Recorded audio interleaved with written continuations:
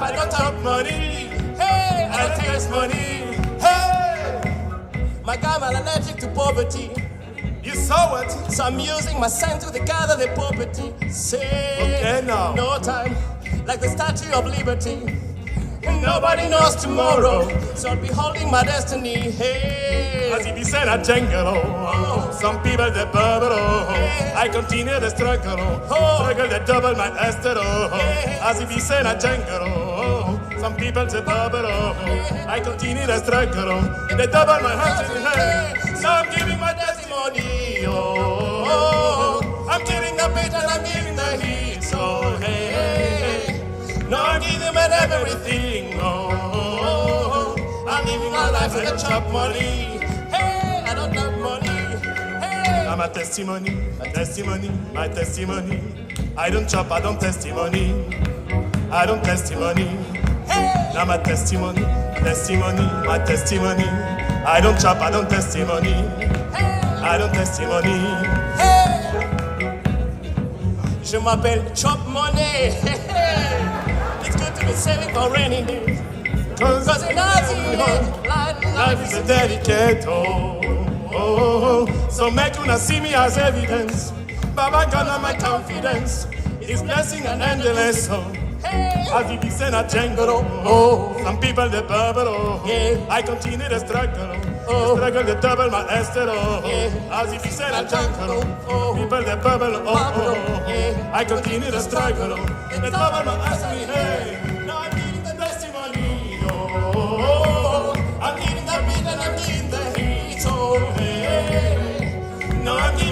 Everything. I'm living my life. I don't chop money. Hey, I don't taste money. Hey, I'm a testimony, my testimony, my testimony. I don't chop, I don't testimony. Hey, I don't testimony. Hey, I'm a testimony, my testimony, my testimony. I don't chop, I don't testimony. Hey, I don't testimony.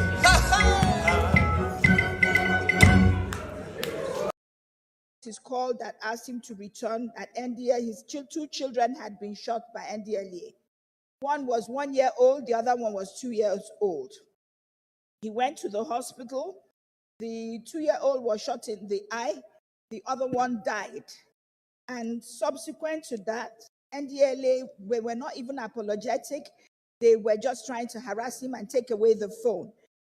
Then they are refusing to take responsibility or even assist in the hospital bills of the child that has a wounded eye. So I have a petition to the Senate President on that. They need and some referrals from the eye hospital. Is there any legal encumbrance? Are they in court? No, they are not in court. You may wish to submit your petition. Okay. I also have a second petition from the workers of, they are called the indigenous workers of the Federal Capital Territory. There are about 400 of them. They have always worked under every minister, and I can read the petition, but I can just summarize it. Basically, they are all owed, and none of them is owed more than 4 million naira because they are just small contractors, 1 million, 1.5, 2.5. And this current government, the current executives of the Federal Capital Territory are refusing to pay them. And government is a continuum. You cannot refuse to pay, saying it was your predecessor that gave them the contracts. So I am calling that this should be looked into.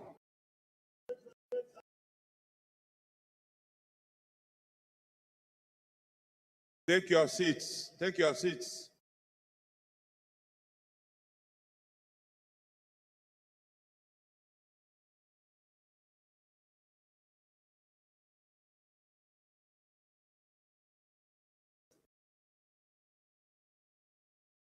Try to read a petition.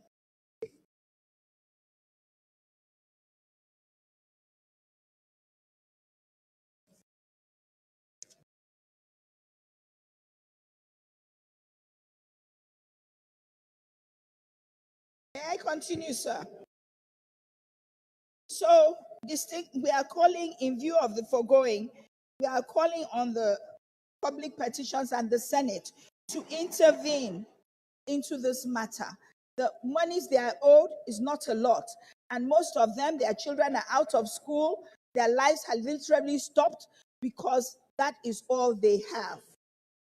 I so submit. Is there any legal encumbrance? No, none, sir. You may wish to submit the two petitions on the table. Thank you, sir. You have a petition? Allow her to lay her petition on the table first.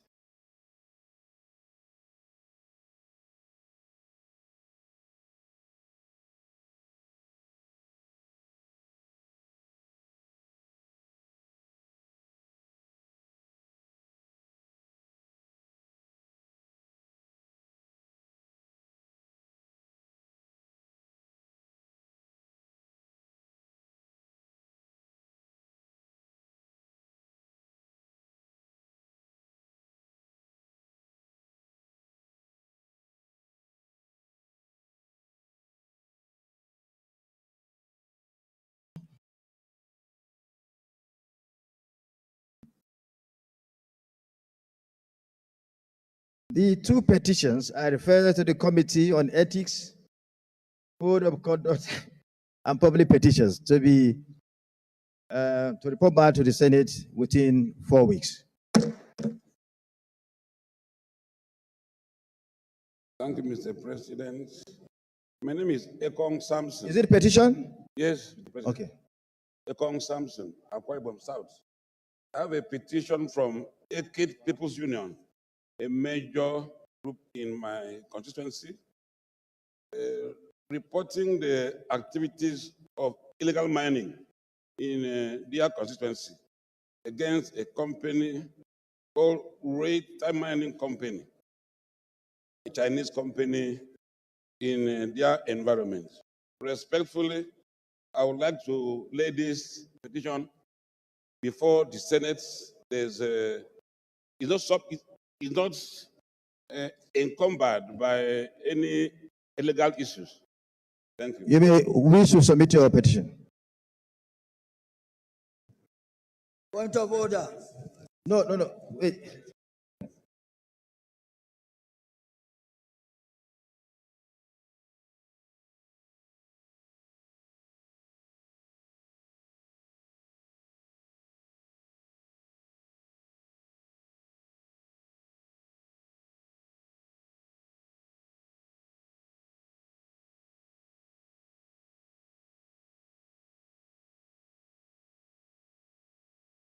The petition is referred to the Committees on Ethics, Code of Conduct, and Public Petitions to report back within 4 weeks.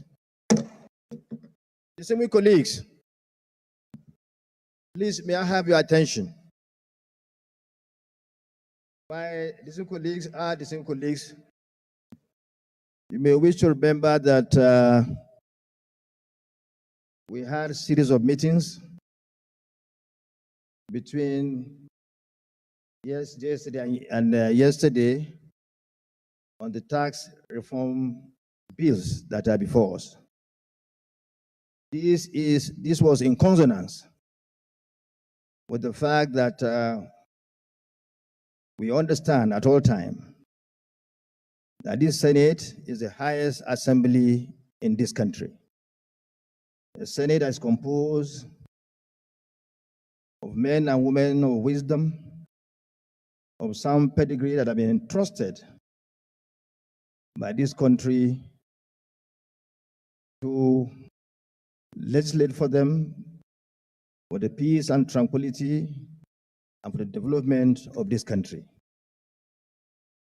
The Senate of the Federal Republic, as known by everyone, and indeed other Senates in the entire world, are known to be stabilizers of every country.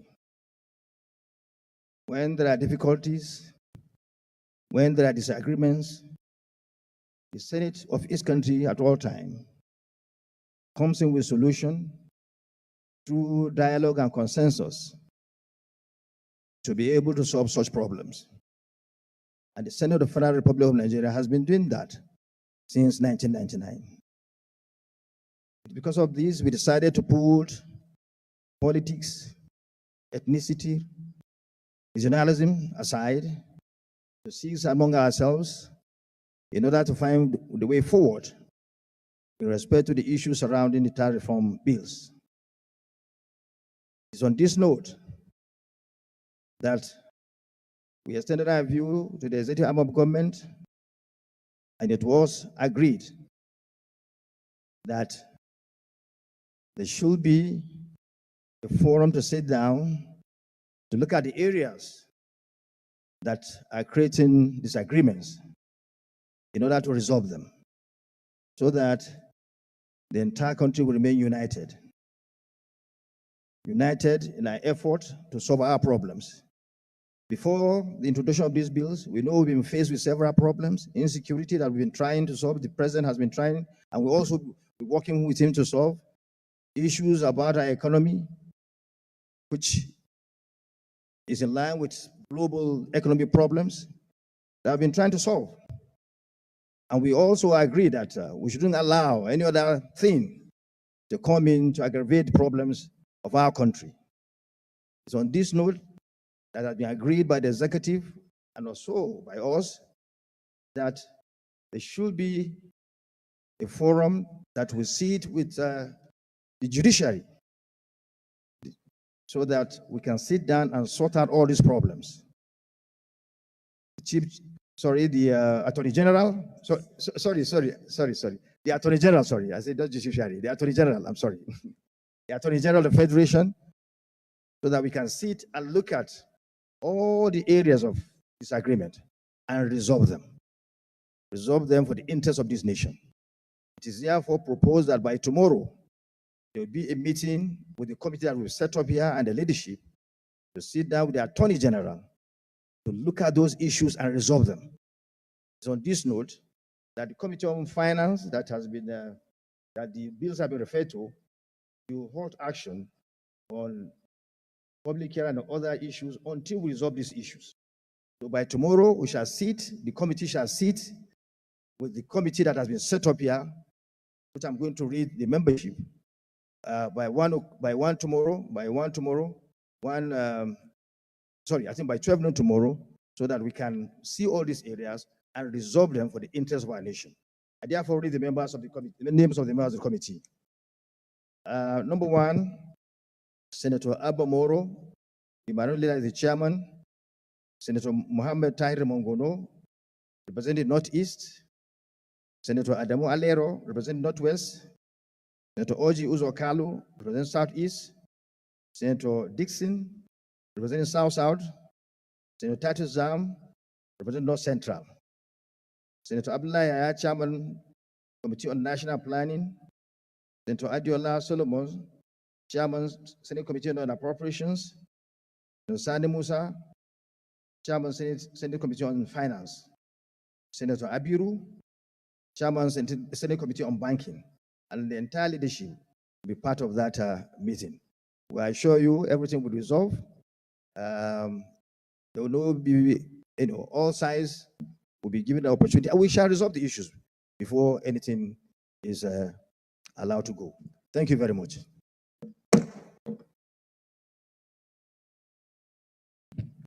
Thank you, Mr. President. My point of order is coming under Order 41 and 51. The combined effect of these orders gives Mr. President and the Senate the discretion to dispense with notice if he deems the matter so urgent. And the matter that I have is resurgence of killings in my senatorial district. So I crave your indulgence to read such Order 41. So 1. The matter for discussion shall, if possible, be referred to the President of the Senate before commencement of this sitting, and the President of the Senate shall refuse to allow the claim unless he is satisfied that the matter is definite and urgent. For Order 51, notice shall not be dispensed with in case of a motion in respect of any proceedings for which notice is required, except with the consent of the President of the Senate and the General Assent of senators present. So, by matter of urgent public importance is the resurgence of banditry killings in my communities in my senatorial district. Last Sunday, as even worshippers were going to church, they were ambushed, and 18 of them were killed. As we are talking, the killings are going on. So I want to bring it to the notice of this Harrow Chambers, if I'm allowed. Distinguished colleagues, if you have heard his request, is he of the view that we allow the motion to go? Those in favor, please say aye. Those against say nay. The ayes have it. We move your motion.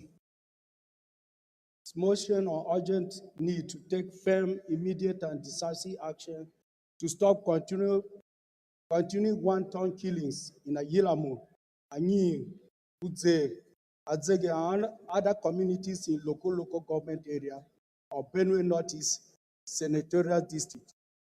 The Senate notes with grave concern the resurgent violence at Ayilamo, Anyi, Udze, Adzege, and other communities in local government area in Benue Northeast Senatorial District of Benue State, which has resulted in loss of numerous lives, destruction of properties, and displacement of families. Also note that on the first day of December 2024 at Adzege, in Tombu Council Ward of local government area, 18 persons were killed on their way to church service by suspected armed herdsmen. Further note that these attacks, allegedly perpetrated by armed herdsmen, have continued unabated, undermining security, peace, and socio-economic stability of the affected communities. Alarmed that between 22nd October 2024 and today, nearly 50 people have been killed, with 15 killed in Ayilamo, 25 in Anyi, and 6 in Udze community respectively. Aware that the continuous insecurity in these areas is in direct contravention of constitutional provisions under Section 14(2)(b) of the 1999 Constitution as amended, which provides that the security and welfare of the people shall be the primary purpose of government. Worried about the lack of adequate and timely intervention by security agencies, which has emboldened these armed groups to carry out further heinous attacks. Conscious of the need of federal government to take urgent, firm, and decisive measures to restore peace and normalcy in these communities, while ensuring protection of lives and properties as enshrined in the Constitution. Concerned about the humanitarian crisis resulting from displacement of thousands of people who now lack access to basic amenities such as shelter, food, healthcare, further worsening the plight of already vulnerable population. Accordingly resolves to condemn in strongest terms the killings and acts of violence in Ayilamo, Anyi, Udze, and other communities in Benue Northeast Senatorial District of Benue State. Direct the Chief of Defense Staff, Inspector General of Police, and Director General of Department of State Service to immediately deploy additional security personnel and resources to affected areas to restore peace and order. Go on the National Emergency Management Agency to provide immediate relief materials and assistance to displaced persons in the affected community. Urge all relevant stakeholders, including community leaders, traditional rulers, and civil society organizations, to cooperate with security agencies in fostering dialogue, reconciliation, and peaceful coexistence in the affected area. Urge the DG budget, Ministry of Police, and the Nigerian Police to provide adequate funding in the 2025 budget to ensure the completion of ongoing construction of mobile police force barracks at Ayilamo in local government area for additional security. Finally, urge the Senate to observe 1 minute silence in honor of all those who have lost their lives. I so move.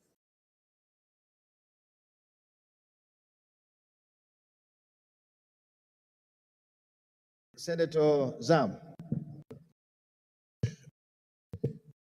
Mr. President, distinguished colleagues, I am Senator Dr. Titus Zam. I represent Benue Northwest Senatorial District.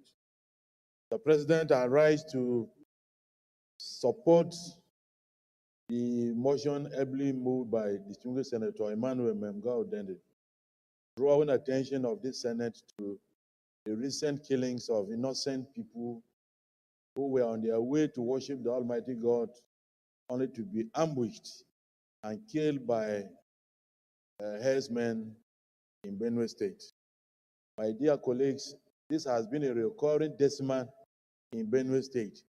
In my own senatorial district too, we have had several incidents of ambushes, attacks to communities by bandits masquerading as herders. Several motions have been moved in these hallowed chambers, drawing attention of security agencies and indeed the leadership of this country to what is happening in Benue State. I rise today to echo those concerns and to plead that all the prayers as contained in this motion be handed in affirmative so that our people can have a relief from these attacks as so second the Senate President. Thank you. Senator Jimo Ibrahim. Mr. Senate President, distinguished colleagues, and I am Jimo Ibrahim. I'm from Ondo South Central District. I represent my lovely people from Ondo South. It is again a very sad moment, very disappointing that we are losing life as a result of state of insecurity in Benue. In contributing to this all-important motion, I want to inform the Senate that the issue of security is very key. We cannot combine insecurity arising from human life with that of food insecurity. And I think the security apparatus should move very quickly to ensure safety of life of the people. The question here is not that we don't know where insecurity is or whom it affects or where. We do know. And the life of people very is priceless. We cannot quantify what a life worth. And I do hope that the security agency are not moving us to a situation described by Thomas Hobbes, that where the Leviathan sleep over the right of the people, particularly right to life, then of course we expect brutality and some nasty revolts against the Leviathan. So, Mr. Senate President, I want to support all this all-important motion to the extent that the Senate itself must move fast to protect life and property. And this is very, very important. Like I said, life is priceless.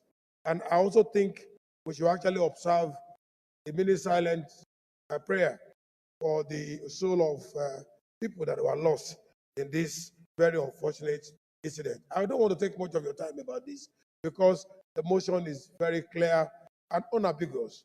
And I think my colleagues are all here to lend their voice into this all-important save life motion as moved by Senator Ondede. Thank you, Mr. Senate President. Senator Wadada, you are their neighbor. Maybe you want to give some insight? President, distinguished colleagues. I remain Senator Ahmed Wadada Aliyu Sarkinyak in Kefi.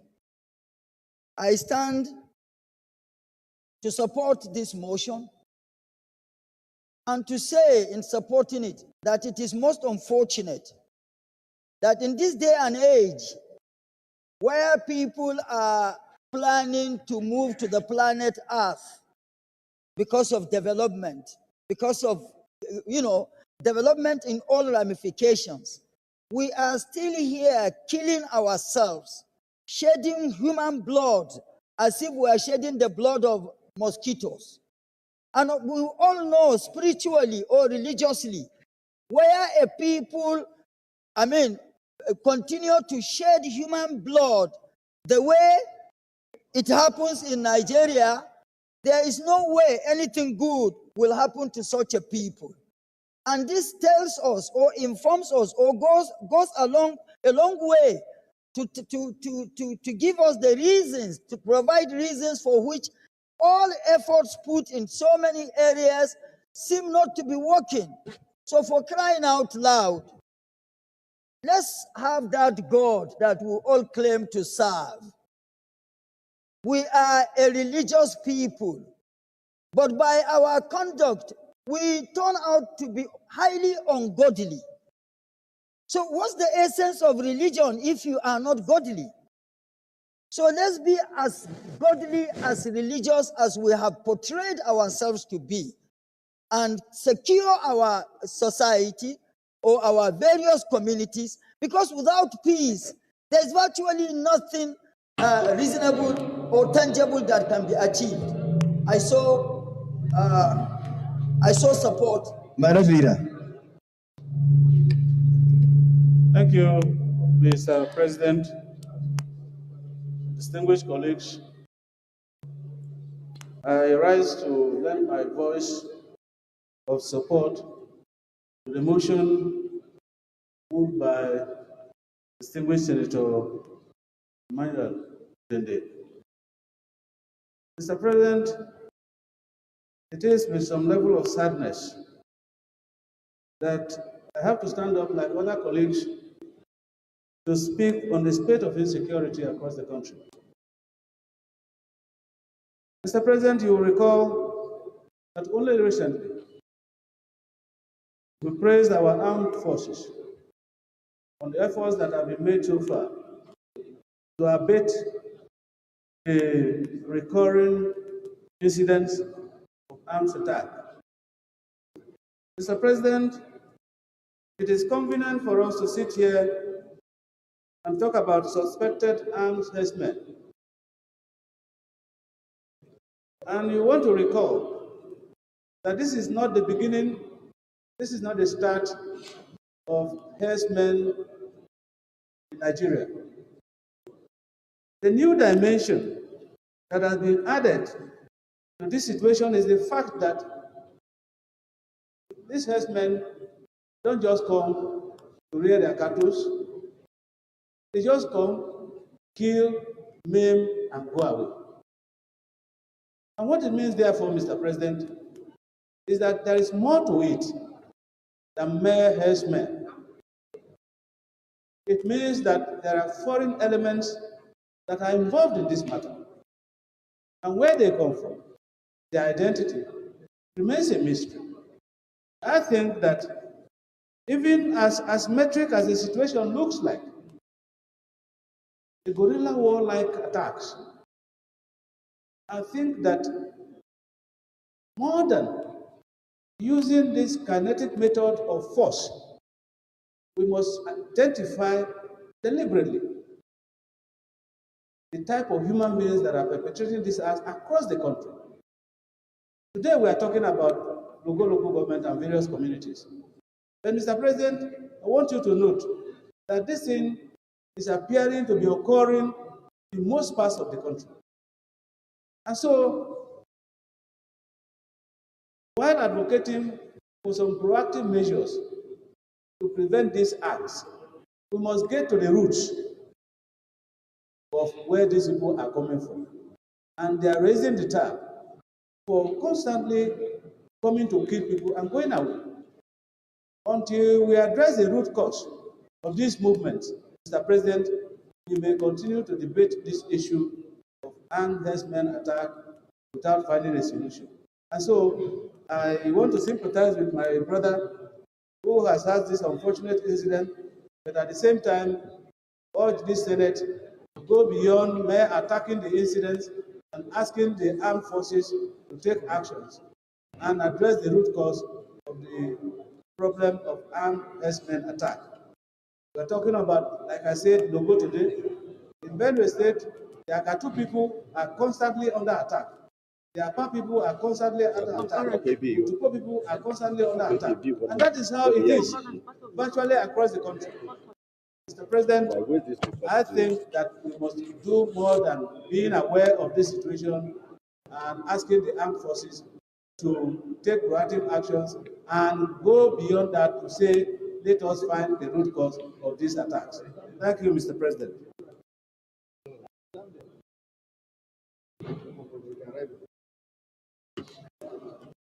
Senator Karimi.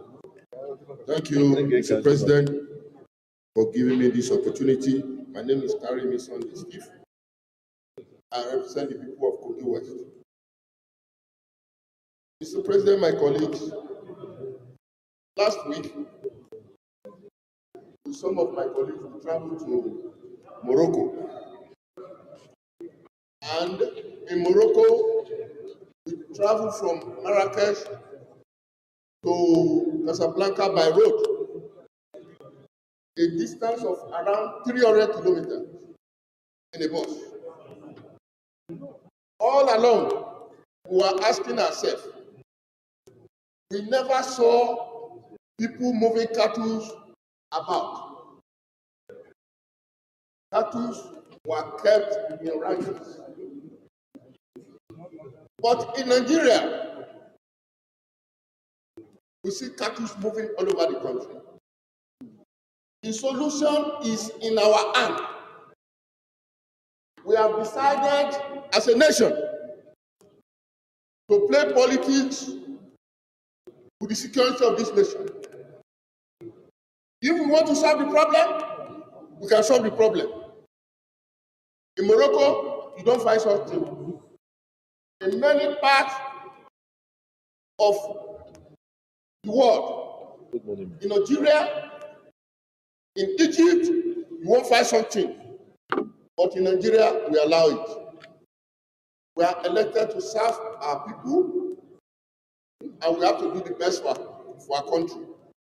If we want to find solution to this cattle, others, and the citizens of this country, we can solve the problem. We call a national conference, put an end onto it. But if we want to continue to play politics and waste Nigerian resources, we just sit down and do nothing about it. If we want to find solution, stop all this movement of cattle all over the country. Those living in the forest, they will not have any place to live. That is the solution. Thank you. Senator Idiot. Thank you.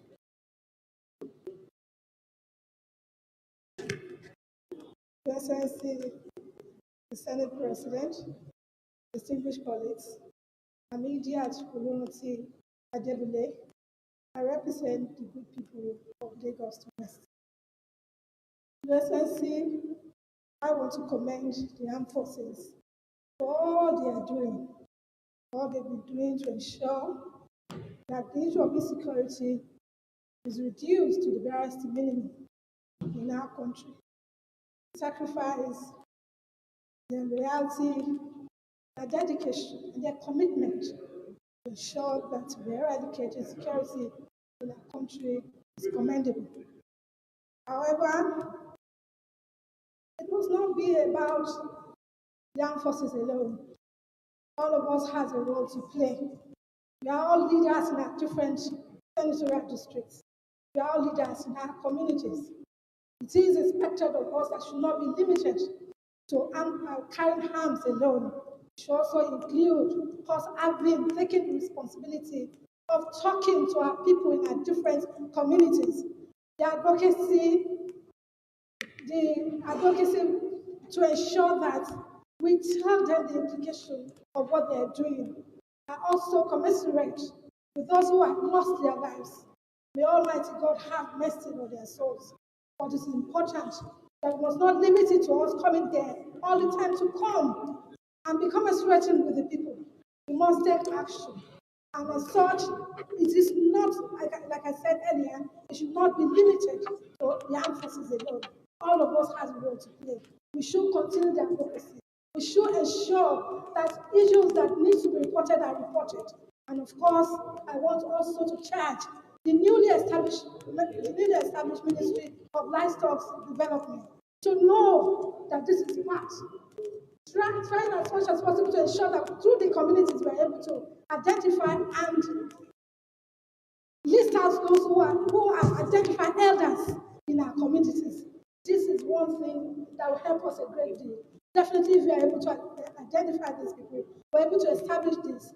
Through them, we will know the aliens, those who are coming from outside of the country to perpetrate evil in this country. Pray that Almighty God will guide us to ensure that this, at a point in the history of this country, is put behind us. Thank you, Mr. President, for the opportunity. Thank you. Distinguished Senator Victor.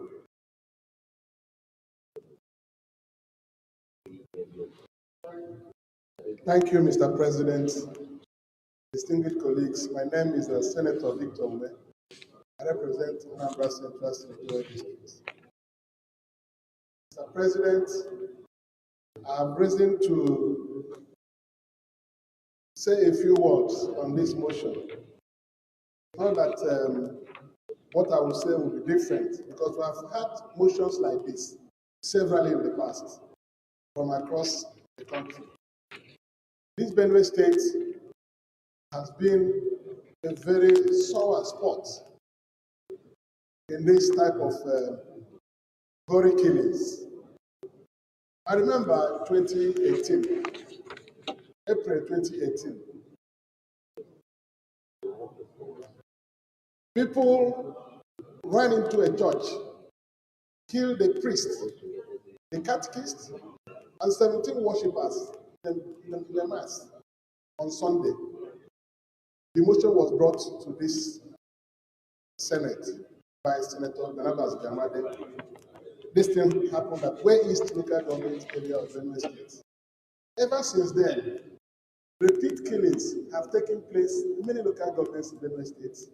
In Kogi, we have taken a motion from Kogi in this 10th Senate.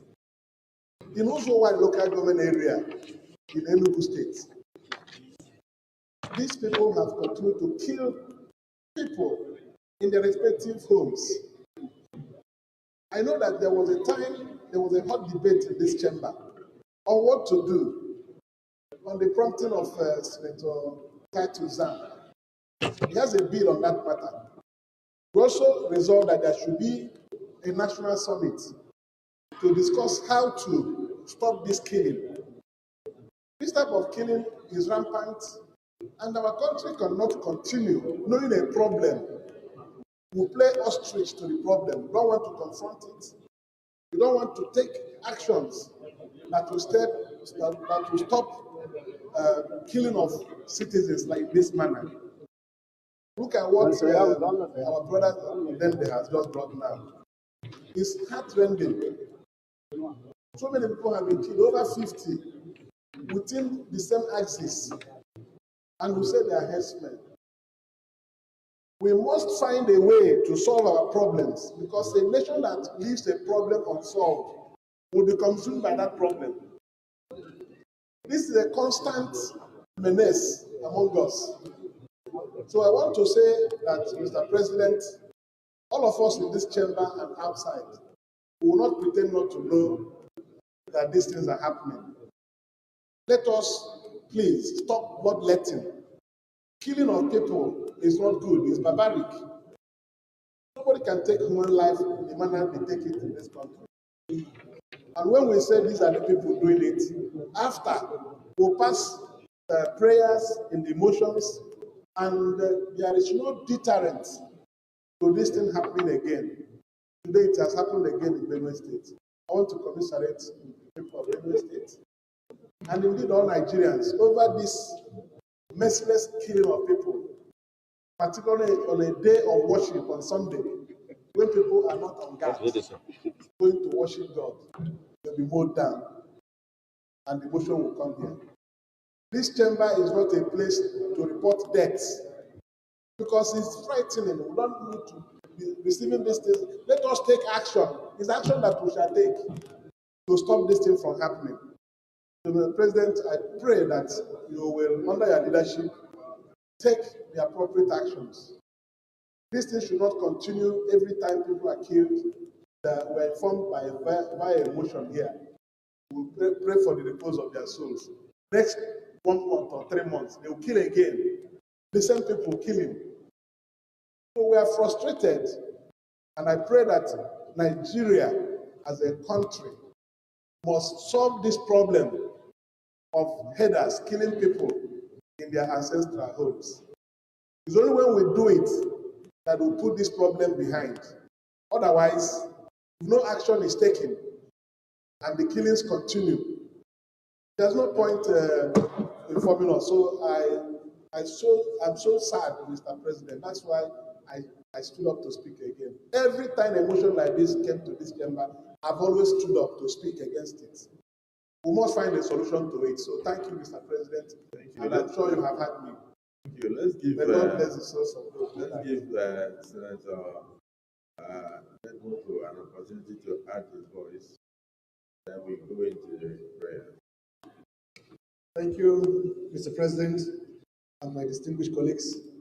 My name is Senator Edmuto. I represent the goodwill of Delta State. Mr. President, there is no need echoing all that has been said. All that I want to say clearly is to align myself with what Senator Karim said. We are a nation of farmers, and time has come for a solution to this problem that we all talk about all the time. And that solution is a very simple one, Mr. President. What we need is to build branches. We must understand that there is no way out of it. Branches is the solution. And there are many advantages of ranches, Mr. President. If, just imagine that we have a ranch in every local government area in Nigeria. What it means is that all the headers will move to one location. And in that location, we can build schools for them. We can build accommodation for them. We can build hospitals for them. We can have police stations for them. We can build whatever it is that needs to be built around any community.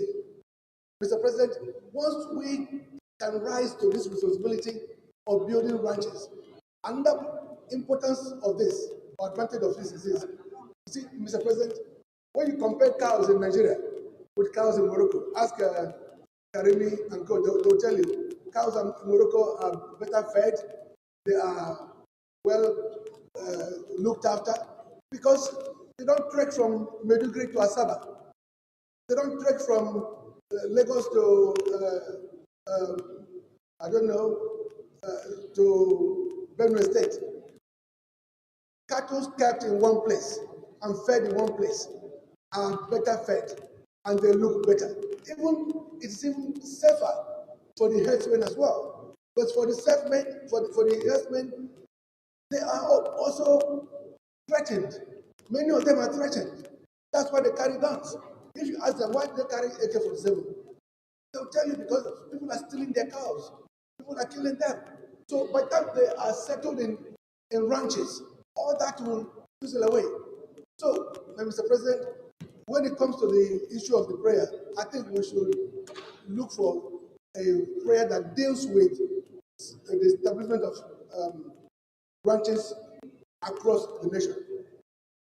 That is something that has to be done, Mr. President. Thank you.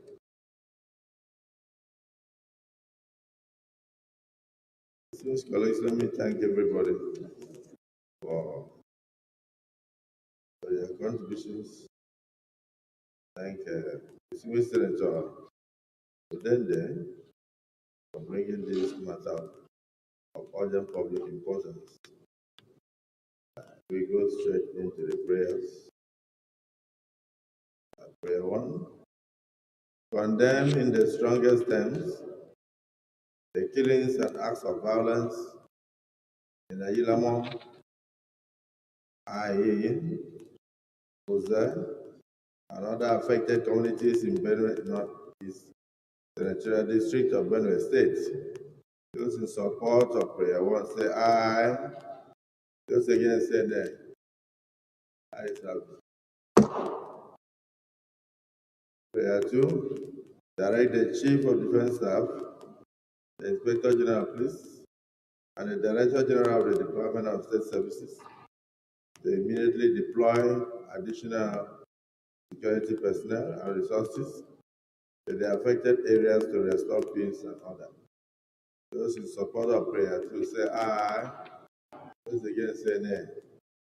Ayes have it. Prayer 3. Call on the National Emergency Management Agency, NEMA, to provide immediate relief materials and assistance to displaced persons in the affected community. Those in support of prayer 3 say aye. Those against say nay. Ayes have it. Prayer 4. Urge all relevant stakeholders, including community leaders, traditional rulers, civil society organizations, to collaborate with security agencies in fostering dialogue, reconciliation, and peaceful coexistence in the affected areas. Those in support of prayer 4 say aye. Those against say nay.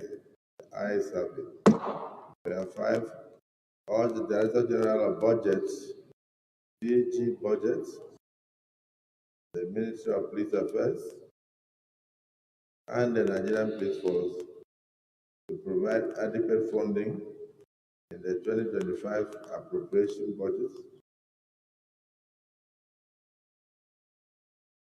to ensure the completion of the ongoing construction of mobile police force barracks at Ayilamo in local government area for additional security. Chairman appropriation, I wish to comment on prayer 5. Point of order. Just a minute.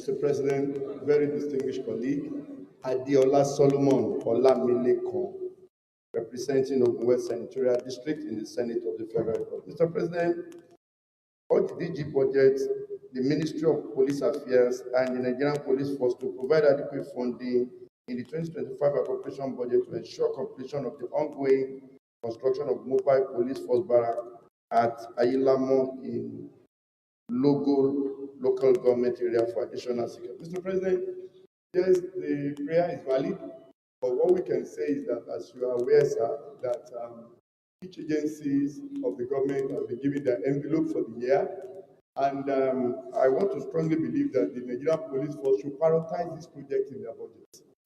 If it is not one of their priority projects that fund should be applied to, it might be difficult for anybody. But if it's not part of the budget that they are bringing, there is little or nothing we can do from here. So the prayer is valid to the extent that the DG budget should be informed, the Nigerian Police Force also should be informed, and everybody, so that when they are planning their budget, this project can be recognized and can be part of their budget. So that will be my solution. So your slight amendment is that since the DG budget reports to the Minister of National Planning, yeah, that the Minister of National Planning should also be informed. Yes, sir. Yes. Thank you. And also to prioritize this project in their budgets. Yes. Yes, Senator Abiru, you want to second the amendment as proposed?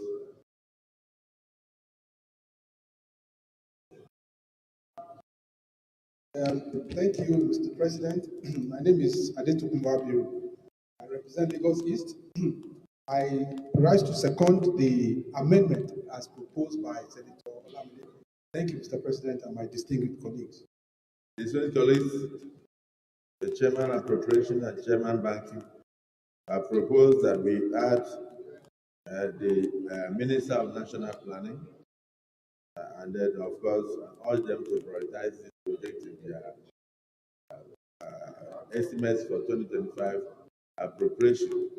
Those in support that it should be DG budget, Prime Minister of National Planning, then the Ministry of Police Affairs, and the Nigerian Police Force as a whole, say aye. Those against say nay. The ayes have it. Prayer 6. urge the Senate to observe a 1 minute silence Additional prayer, please, Mr. in President. honor of all those who have lost their lives. Those in support of prayer 6 say aye. Those against say nay. The ayes have it. Yes, Mr. President, additional prayer, Mr. President. The Senator Woko, you have additional prayer. Yes, in line with what I said earlier, Mr. President, I suggest a prayer. No, just propose. Yes, don't to set up a joint committee that will work on the establishment of branches across the 774 local government areas of the country. This has to be done, Mr. President. There is no other solution. That the president was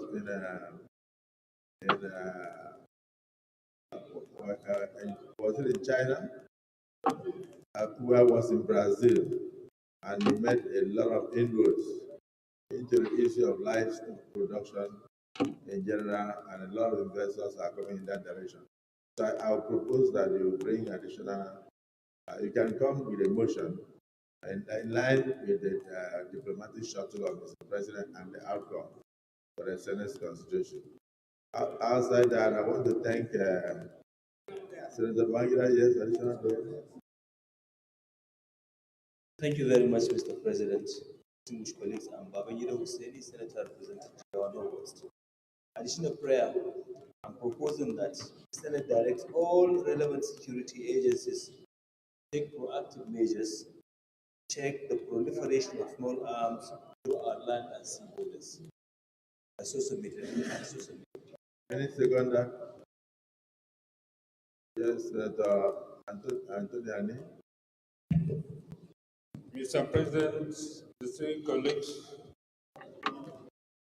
my name is Senator Professor Anthony Onyi South. I want to vehemently support the motion, the amendment as put forward by my colleague, Senator Babangida. I so support. Thank you, Senator Babangida has proposed an additional prayer that we should urge all security agencies in the country to, as a matter of urgency, take the proliferation of small arms across the nation in order to reduce the incidence of killings and banditry across the entire country. Those in support of the additional prayer as proposed and seconded say aye. Those against say nay. The ayes have it. Let me thank the Senator Udende and all our colleagues for their contributions to this matter of urgent national importance, and to say that we deeply sympathize with the communities affected and the families who have lost their dear ones, and will not be tired of showing our empathy in incidents of this nature. And therefore, I urge all my colleagues to rise to observe a minute silence in line with the prayers for those who have lost their lives. May we rise.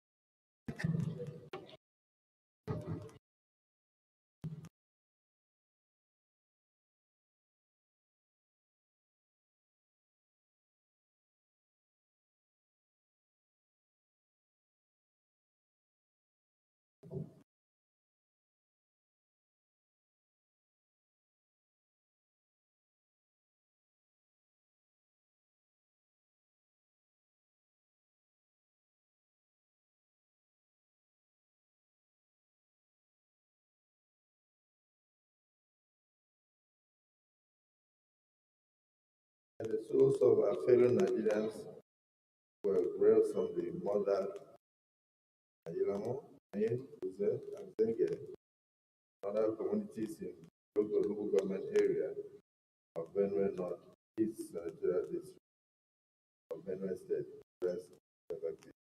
Amen. Point of order. Point of order. Point of order. Yes, Senator Wadada. Thank you very much, Mr. President. Distinguished colleagues, I am Ahmed Wadada Aliyu Sarkinyaki Kefi. I represent Nasarawa West Senatorial District. Mr. President, distinguished colleagues, I come under Orders 41, 42, and 51. And if the president permits, I read one of the orders.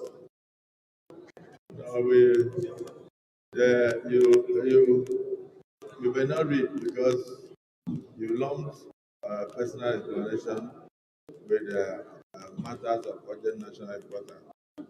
Yes, reason being that the rule. You may not need to read. Just give us a summary of what you intend to say. Okay, I am coming as a result of a ghastly motor accident that happened in Kefi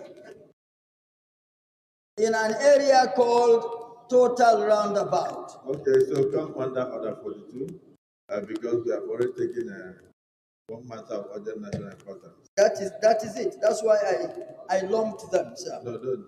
42, by the indulgence of the Senate and the leave of the President of the Senate, a senator may make a personal explanation, although there may be no question before the Senate, but no controversial matter may be brought forward, nor may debate arise upon the explanation. The terms of the proposed statement shall be submitted in detail to the President of the Senate when his leave to make it is sought. Yes, so go ahead. Like I said, distinguished colleagues, Senator Wadada informed me about a ghastly accident yesterday that claimed the lives of over 25 people at the roundabout that he mentioned. He felt he should bring it to the attention of the Senate. Is it the view of the Senate that he be allowed to mention this under personal explanation? Those who support say aye. Those against say nay. The ayes have it. So please go ahead. Thank you very much, distinguished colleagues. There was an accident in Kefi Total Roundabout, which consumed 25 lives at the spot, and more than 32 people are now hospitalized in the Federal Medical Center, Kefi. The unfortunate aspect of this is an occurrence. It's a recurrent decimal. From the construction of the road to now, we had experienced more than 6-7 different accidents where lives have been lost. The last before this was a tanker that got in flames. Lives and properties were destroyed. And for that, this that has happened, I feel it should be brought to the knowledge of not only the Senate, but Nigeria and Nigerians to know, so that what needs to be done to forestall further occurrence of this should be done. The Senate notes that Total Roundabout Kefi in my senatorial district has become a point of consistent accidents, incidents, and loss of precious lives. Also note the frequent occurrence of accidents and incidents at that point poses high danger to travelers, school children, and residents. Aware that there is hardly a month without a record of accident and incidents at that point. Also aware that the Federal Road Safety Commission and other road traffic agencies are always at their best, ensuring that road users abide by all safety procedures to avoid accidents and incidents or make it as minimal as possible. Worried that these accidents keep reoccurring due to high passage of road users, sloppy nature of the road, and congestion.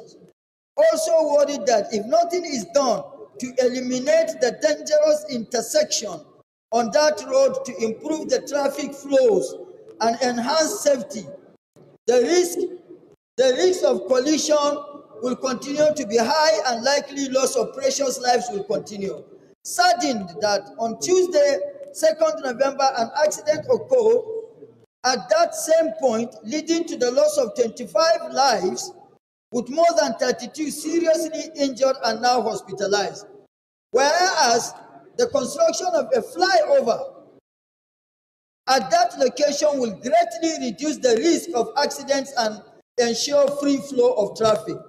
Now, therefore, it is resolved that the Senate mandates the Federal Ministry of Works to construct a flyover at Total Roundabout as a matter of urgency to prevent further loss of lives. The Federal Ministry of Works should within 6 months provide a detailed plan and timeline for the construction of flyover at Total Roundabout over Hausa Kefi.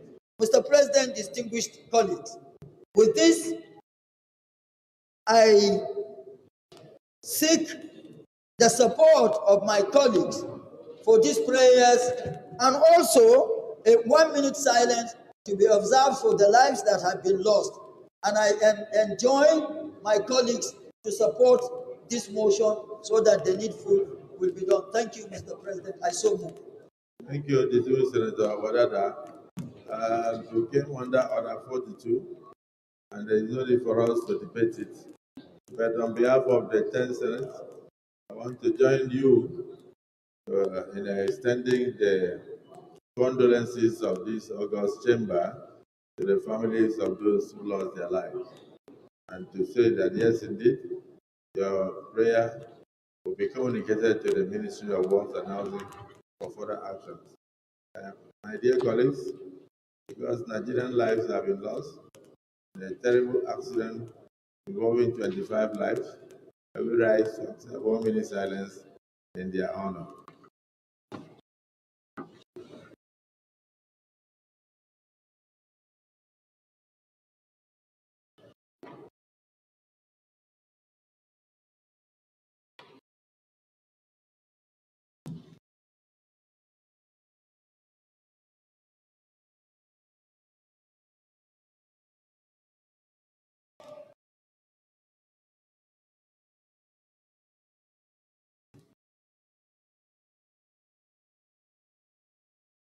The souls of our departed brothers and sisters who lost their lives and the total roundabout in Kebbi State rest in perfect peace. Point of orders. Yes.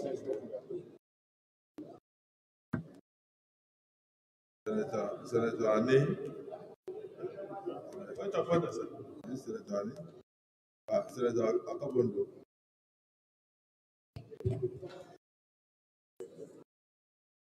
Thank you, Mr. President.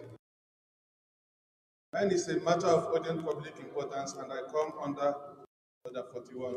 It has to do with the urgent need for special intervention by the Senate to urge the Federal Ministry of Works to expedite action and complete the rehabilitation of Dumba Plenary roads to relieve the sufferings of Nigerian motorists and improve security.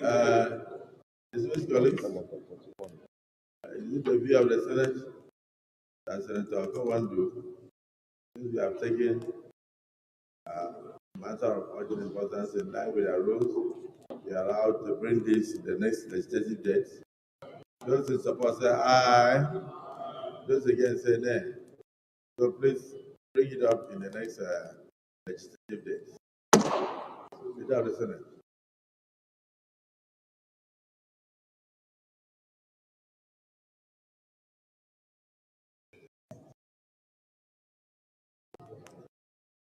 Mr. President, very distinguished senators of the Federal Republic of Nigeria. The first business of the day, presentation of the House bill standing in my name on the Federal University of Allied Health Sciences, Enugu, Establishment Bill 2024 SB 249. Mr. President, we are going to invite the Clerk of the Senate to read the short title.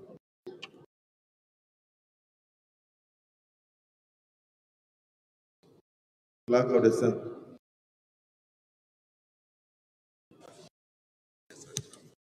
Mr. President, distinguished senators, Federal University of Allied Health Sciences, Enugu, Establishment Bill 2024, SB 249, first reading.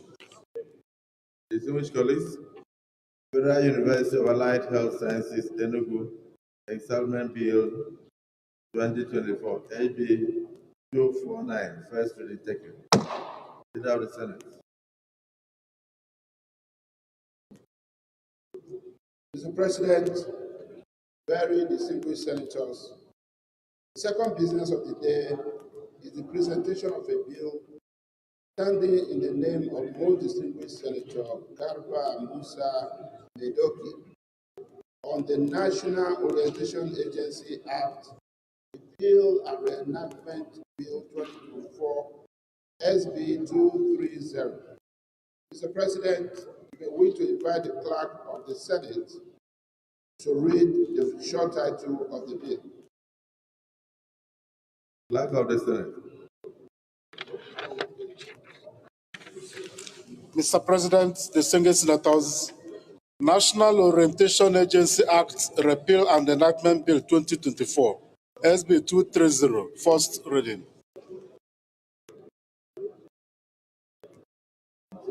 Distinguished colleagues, National Orientation Agency Act, Repeal and Reenactment Bill 2024, SB 230, first reading taken.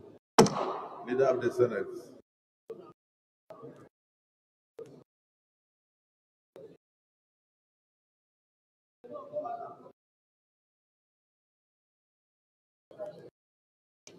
Mr. President, distinguished colleagues, the third business of the day is the presentation of a bill standing in the name of most distinguished Senator Titus Sam Atenga on the Federal College of Vocational and Technical Studies, NACA, Benue State, Establishment Bill 2024, SB 665.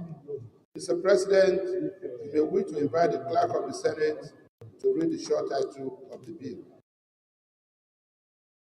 Clerk of the Senate. Mr. President, distinguished senators, Federal College of Vocational and Technical Studies, NACA, Benue State, Establishment Bill 2024, SB 665, first reading. Distinguished colleagues, Federal College of Vocational and Technical Studies, NACA, Benue State Establishment Bill 2024, SB 665, first reading taken. Leader of the Senate.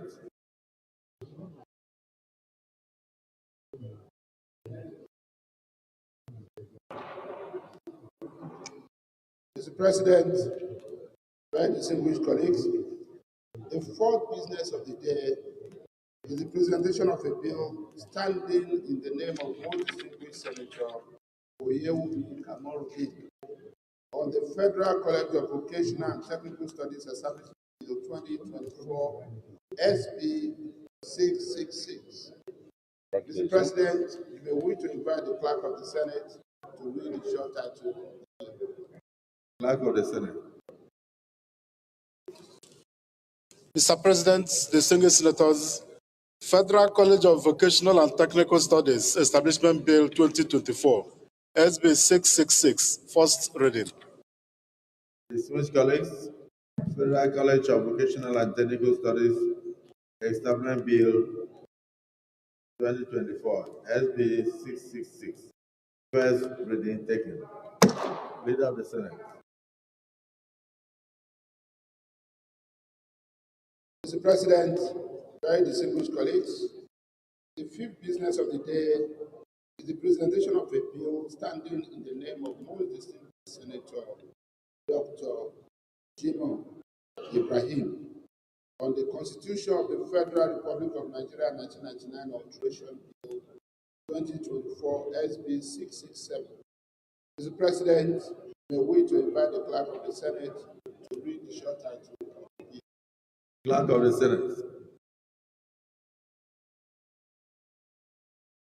Distinguished senators, Constitution of the Federal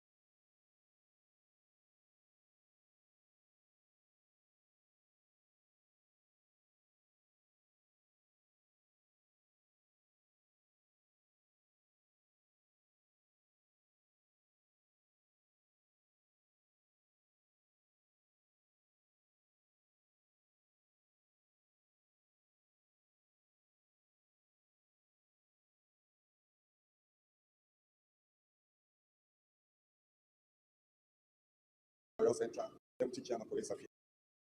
I stand to move that the Senate do receive and consider the report of the Senate Committee on Police Affairs on a bill for an act to establish Nigerian Police Force Training Institutions to serve as high-level centers for the provision of professional training and other related matters. I so move. Senator Larry. Thank you very much, Mr. President, very distinguished colleagues. My name is Kamaruddin Olaleloyewumi. I represent Osun West Senatorial District. I write the current motion moved by the Vice Chairman Committee on Police Affairs that will do assembly report. Distinguished colleagues, the motion has been moved and seconded that we do receive the report on police affairs, establishment of institutions across the country. Those in support that we receive this report say aye. Those against say nay. The ayes have it. Senator Yunus, I wish to proceed.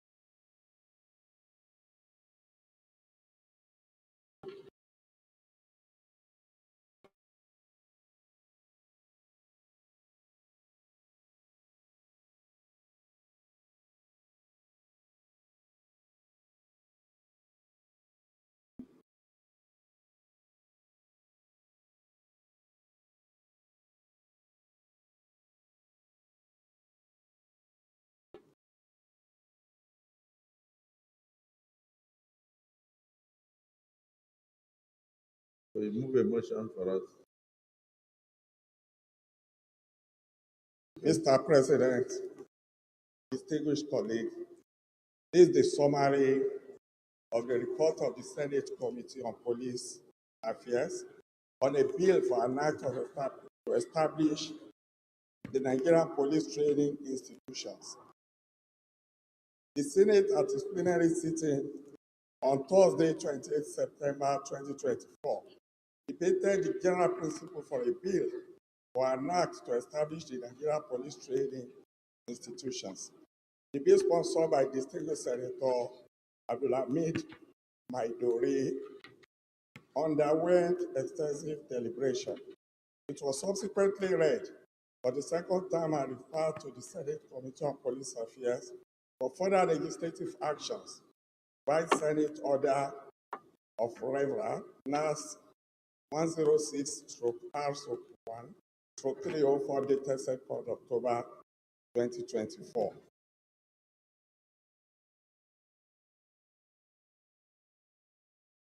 Mr. President, these are the observations of the committee. Page 4. Page 4.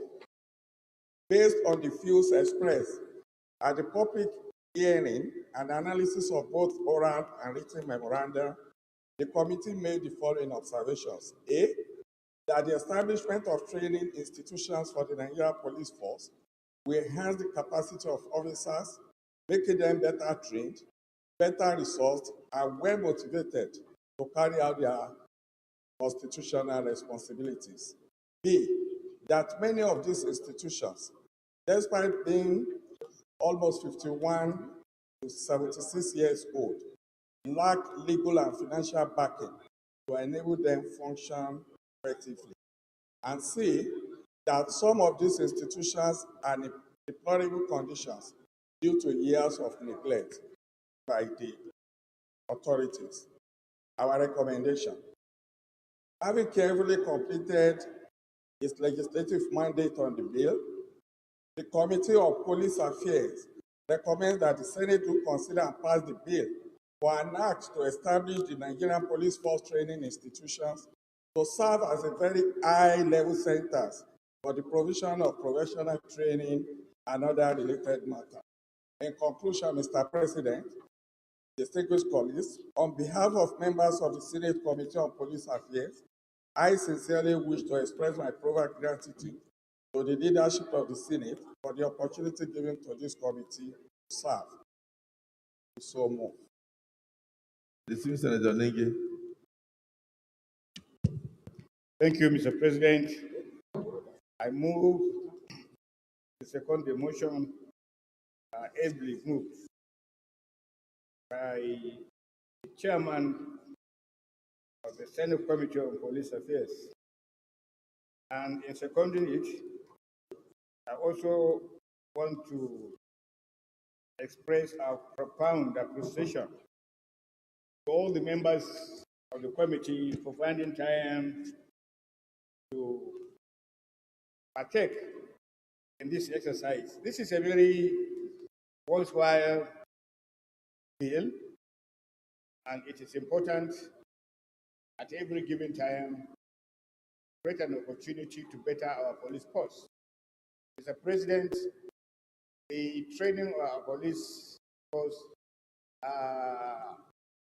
is so inadequate, and therefore for the National Assembly, one of our prerogatives and should be a priority is in making sure that our police force stands the challenges of our time. So far, they have done their best under a very difficult terrain, under a very difficult situation.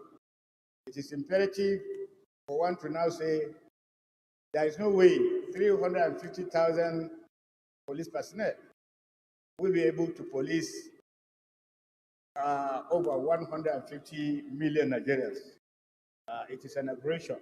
So it is important that while the number is inadequate, but let's get the police personnel that are knowledgeable, that have the capacity, and let's create the patriotism within the police force in bringing to fore, say, Nigeria first. So it is important that members of this August Hollow Chamber support this bill like they did during the second reading. I so submit, Mr. President. Thank you. Leader of the SAS, you have something to say? Mr. President, distinguished colleagues, my name is Shoaib Afolabi Salisu. I represent Nobu Central. It is important to put this bill in context. We have a police force that now and then we complain about their inefficiency, the way they handle investigation, the way they sometimes handle prosecution.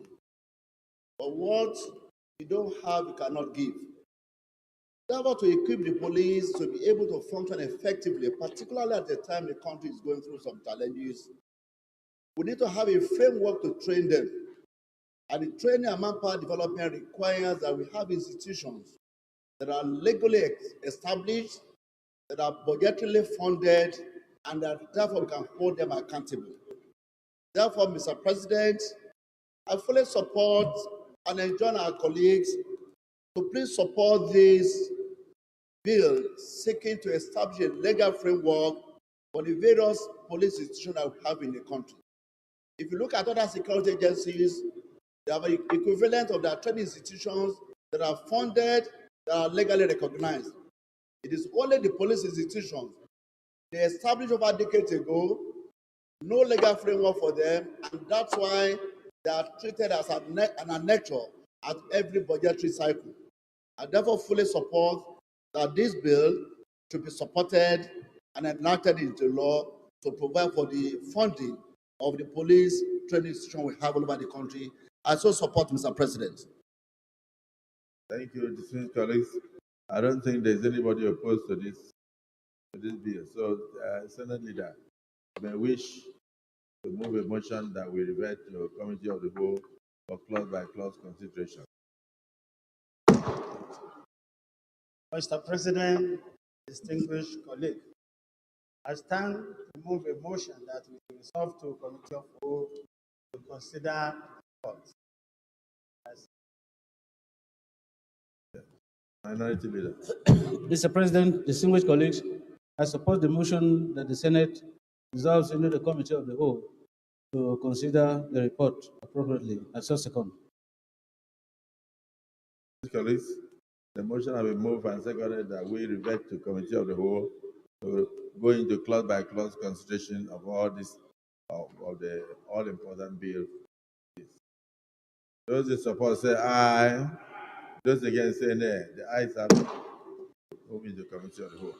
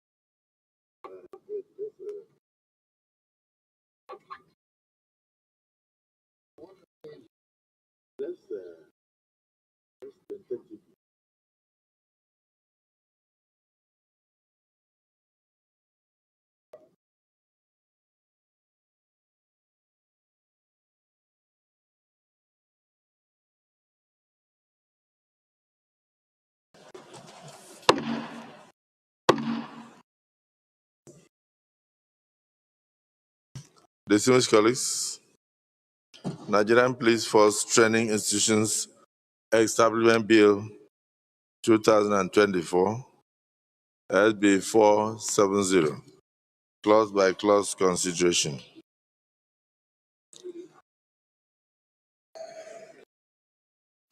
A bill for an act to establish the Nigerian Police Force Training Institutions to serve as high-level centers for the provision of professional trainings and other related matters. Clause 1.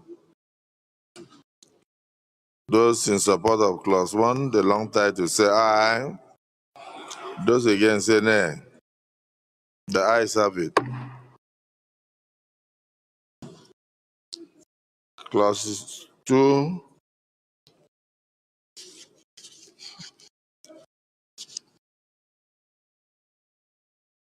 Clauses 2 and 3.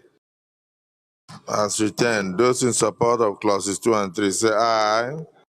Those against say nay. The ayes have it.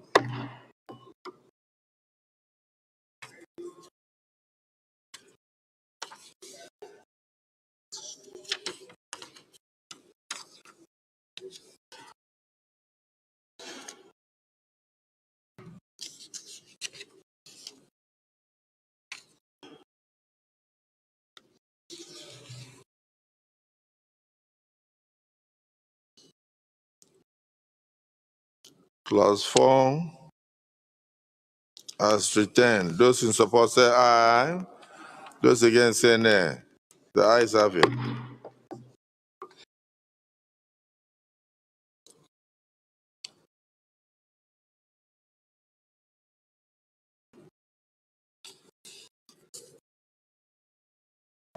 Clauses 5 and 6.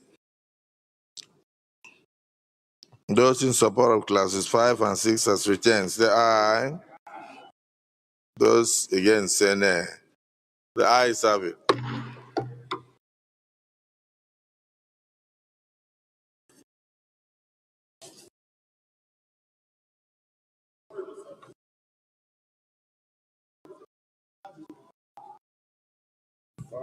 Clause 5.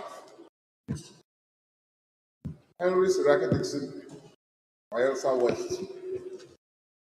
And Mr. President, and colleagues. Page. Clause 5, page what?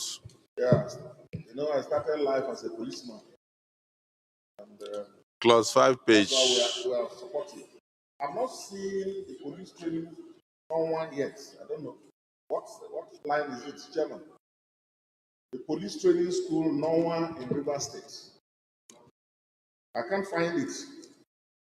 Yes. As one of the institutions mentioned. The chairman may guide. Yes, Senator. Because I know it is there.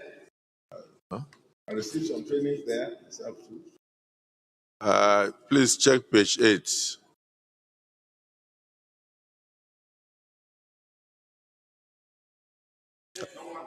Have you seen it? Are you satisfied? Our business is to be sure you're okay. Okay, noted. As a member of the committee. Okay. So I'll take it again from page 5 to page 8. Those in support of page 5 to 8 say aye. Those against say nay. The ayes have it. From page 9 to page 15. Those in support of pages 9 to 15 say aye. Those against say nay. The ayes have it.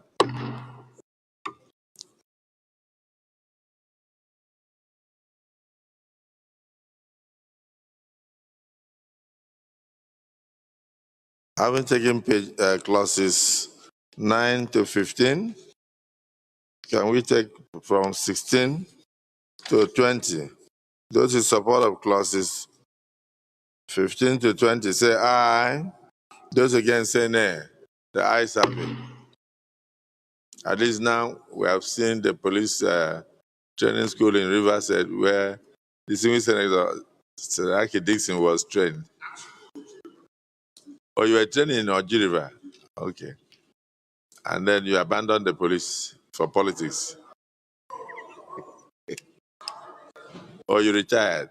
Oh, congratulations. You're a patriotic Nigerian. It's still on it. So, clauses 20 to 23, those in support of clauses 20 to 23 say aye. Those against say nay. The ayes have it. Of course, our interpretation clauses are 22. If you look at page 45, those in support of the interpretation clause say aye. Those against say nay. The ayes have it. The short title in clause 23, those in support of the short title say aye. Those against say nay. The ayes have it. The schedule already was on page 1, page 46, schedule 1. Those in support of schedule 1 in page 46 say aye. Those against say nay. The ayes have it. Explanatory memorandum in page 50. Those in support of the explanatory memorandum in page 50 say aye. Those against say nay. The ayes have it. Yes. Leader of the Senate. Your Excellency, Mr. President, I stand to request the President to revert back to plenary in order to report progress. Minority Leader.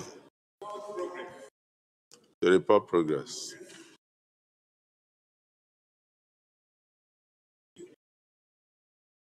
Mr. President, sitting as chair, I rise and second the motion that the Senate reverts to plenary to enable the chair report progress. I said second.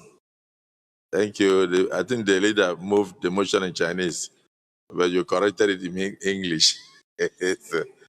Distinguished colleagues, the motion has been moved and seconded that we revert to plenary for the chair to report progress. Those in support say aye. Those against say nay. The ayes have it.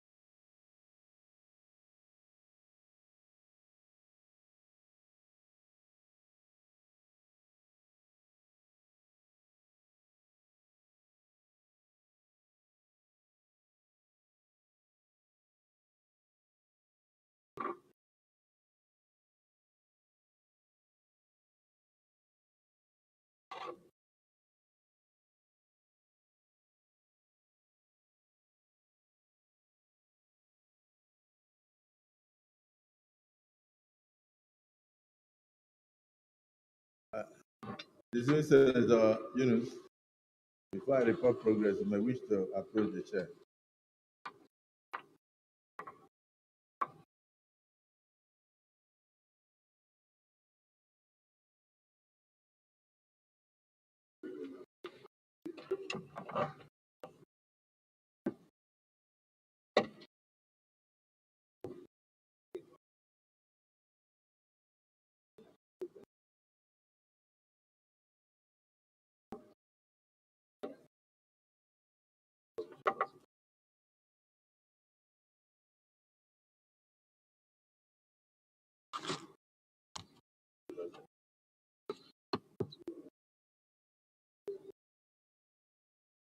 Distinguished colleagues, the Senate in the Committee of the Whole considered the report of the Committee on Police Affairs on the Nigerian Police Force Training Institutions Establishment Bill 2024 and approved as follows. Long title as recommended,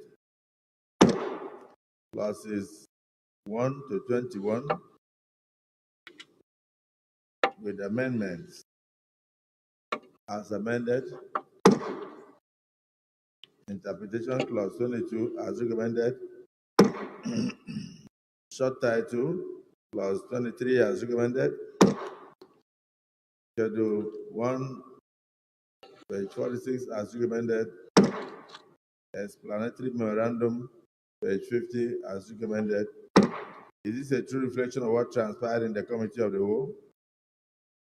Is this a true reflection of what transpired in the Committee of the Whole?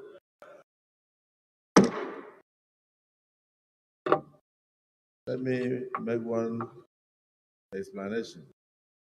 If you look at page 6 of the report, you will see where they listed the litany of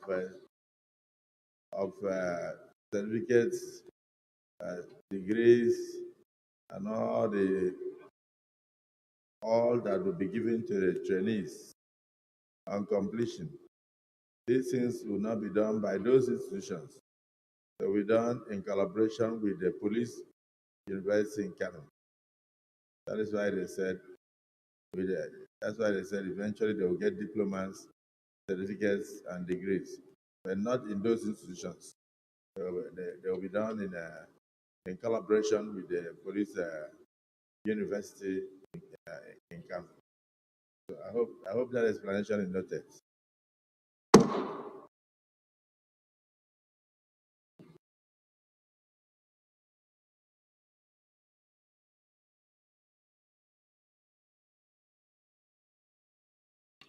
Leader of the Senate.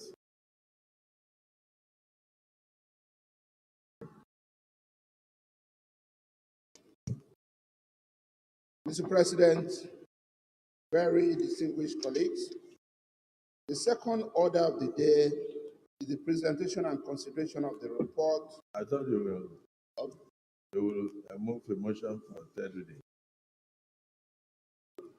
Motion for third reading after the clause-by-clause consultation. Thank you. I'm well guided. Thank you, Mr. President, for guiding the process. Thank you. Mr. President, at this point, I rise to move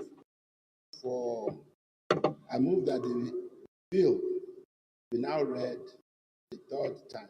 I so move, Mr. President. Yes, Minority Leader. Mr. President, I second the motion ably moved by the Senate Leader. Distinguished colleagues, the Senate Leader has moved a motion that the Nigerian Police Force Training Institutions Establishment Bill 2024, having gone through clause-by-clause consideration, be now read a third time. And this has been seconded by the Minority Leader. Those in support of the motion say aye. Those against say nay. The ayes have it. Clerk of the Senate. Mr. President, distinguished senators, a bill for an act to establish the Nigeria Police Force Training Institutions to serve as high-level center for the provision of professional training and for related matters 2024. SB 470, third reading. Distinguished colleagues, a bill for an act to establish the Nigerian Police Force Training Institutions to serve as high-level centers for the provision of professional training and for later matters 2024, third reading taken. Distinguished colleagues, a bill for an act to establish the Nigeria Police Force training institutions to serve as high-level centers for the provision of professional training and for later matters 2024, third reading taken and passed.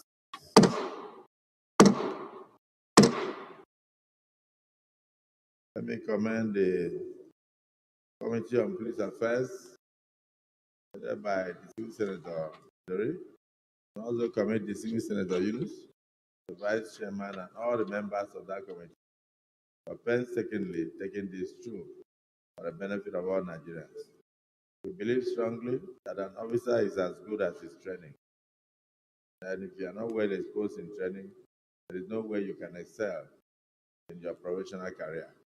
So I hope that all those who pass through this training institution will now be in a position to further police Nigeria and assist us to bring about an end to banditry, terrorism, and insecurity in our country. I wish the Inspector General of Police and Nigerian Police Force in general good luck in their endeavors. I hope that these places will be well equipped so that the trainings will have meaning for all Nigerians. No accidental discharge as a result of inadequate training will happen again to us. Congratulations to all.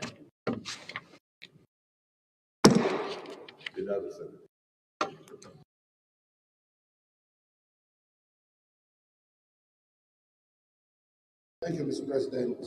Very distinguished colleagues. The second order of the day is the presentation and consideration of the report of the Committee on Capital Market on the Investment and Security Bill 2024 SB1.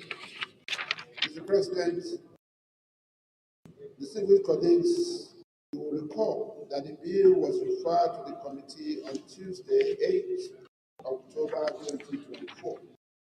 The President, we wish to invite both distinguished Senator Izunaso Osita, Chairman of the committee, to move the motion for the presentation and consideration of the report. Distinguished Senator Osita Izunaso. Mr. President and my distinguished colleagues, my name is Osita Izunaso. I represent Imo West. Mr. President, I stand to move that the Senate do receive and consider the report of the Committee on Capital Market on Investment and Securities, Repeal and Enactment Bill 2024. I so move, Mr. President. Senator Kaka Shehu, Senior Advocate of Nigeria. Thank you, Mr. President, distinguished colleagues. My name is Kaka Shehu Lawan. I represent Borno Central Senatorial District. I rise to second the motion ably moved by Senator Izunaso. I so second. Distinguished colleagues, the motion has been moved and seconded. Those who are in support that this report on Committee on Capital Market be presented before this August Assembly, say aye. Those against say nay. The ayes have it. Senator Izunaso, you may proceed to lay your report.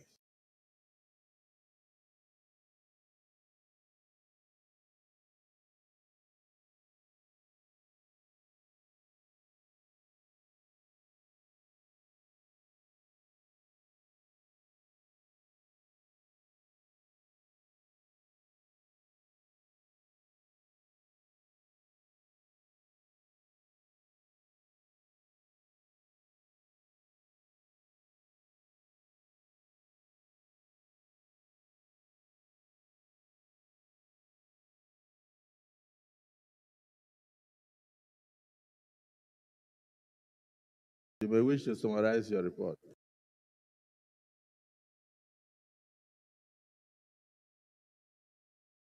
Mr. President and my distinguished colleagues, The Senate at its plenary on Tuesday, 8 October 2024, deliberated on the General Principle of Investment and Securities Bill 2024. After extensive deliberations, the bill was read for the second time and referred to the Committee on Capital Market for further legislative action. The bill was read for the first time in these hallowed chambers on Wednesday, 4th October 2023.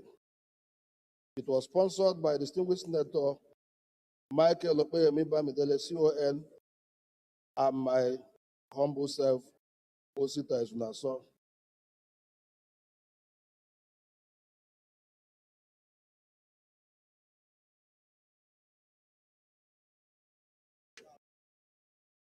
Our observations and findings. The committee, having conducted public hearing as well as carried out subsequent legislative activities on the proposed bill, do hereby outline its deliberations and findings as follows. 1. The stakeholders were unanimous in their support for the passage of the bill, although with some modifications, which have been reflected in the provisions of the bill as set in the attached table. 2. That the Eastern Legislative, as revolutionary as it was at its inception, after many years of its operation, requires systemic substantial update to align with the evolving financial market and regulatory frameworks globally in order to make it more attractive to both local and foreign investors. 3. That the enactment of this proposed legislation will undoubtedly provide significant opportunity to drive the growth of the capital market and diversification, thereby creating a conducive atmosphere for investors in the Nigerian capital market. 4. That the bill contemplates to address modern forms of financial malpractices and reinforce investors' protection by engendering robust regulations around market abuses, insider trading, and governance standards for public traded companies. 5. That the bill envisages regulatory framework for digital currencies and fintech activities, including disposition of blockchain cryptocurrency transactions to support the integration of innovative technologies within the scope of the capital market. That the passage of this bill will bring about diversity and growth in the capital market through market offerings that will form the foundation for capital economic expansion, thereby creating job opportunities within the Nigerian capital market. Recommendation. The Senate Committee on Capital Markets, to which this bill was referred to, having thoroughly considered the same, hereby recommends that the Senate will consider and pass the bill, the Investment and Securities Repeal and Enactment Bill 2024 as amended.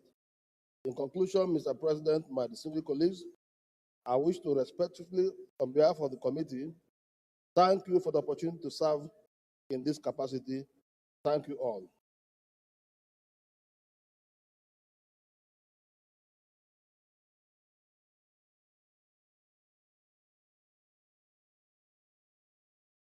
Distinguished Senator Mongono.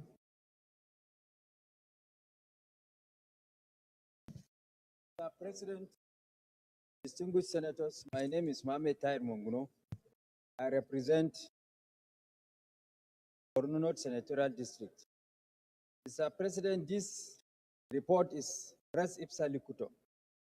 It speaks for itself because primarily what this report seeks to attain is to bring in tandem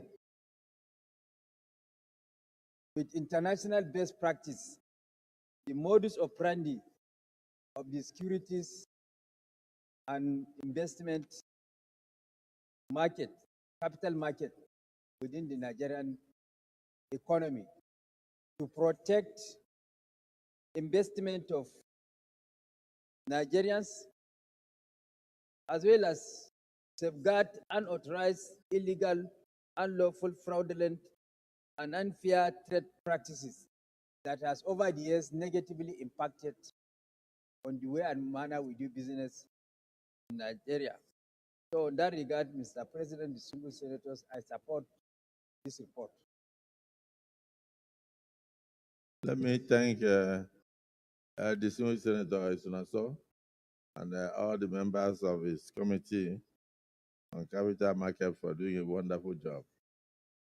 Thank my colleagues for their contributions. There is no single opposition to the report. The Senate leader, you may wish to move that we refer to committee of the whole to go into clause by clause consideration of this report. Thank you, Mr. President. I so move. Minority leader. Mr. President, is good colleagues. I second the motion as moved by Senate leader. I so second. Distinguished colleagues, the motion has been moved and seconded that we refer to committee of the whole to consider this bill clause by clause. Those in support of the motion say aye. Those against say nay. The ayes have it. The Senate will revert now to committee of the whole.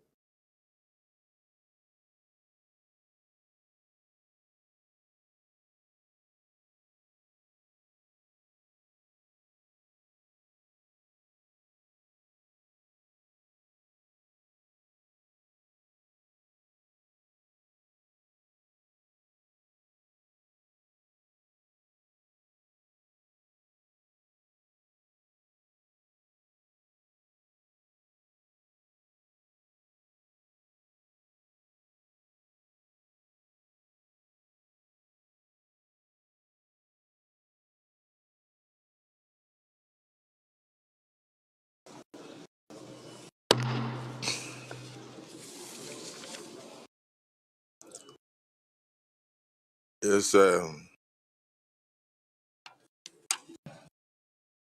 report of the Committee on Capital Market on a bill for an act to repeal the Investments and Securities Act 2007, Act number 29, 2007, and then enact the Investments and Securities Bill 2024, and to also establish the Securities and Exchange Commission as the apex regulatory authority for the Nigerian capital market, as well as the regulation of the market to ensure capital formation, the protection of investors, maintain fair, efficient, and transparent market, and reduction of systemic risk, and for related matters 2024, SB 128. Yes. Yes.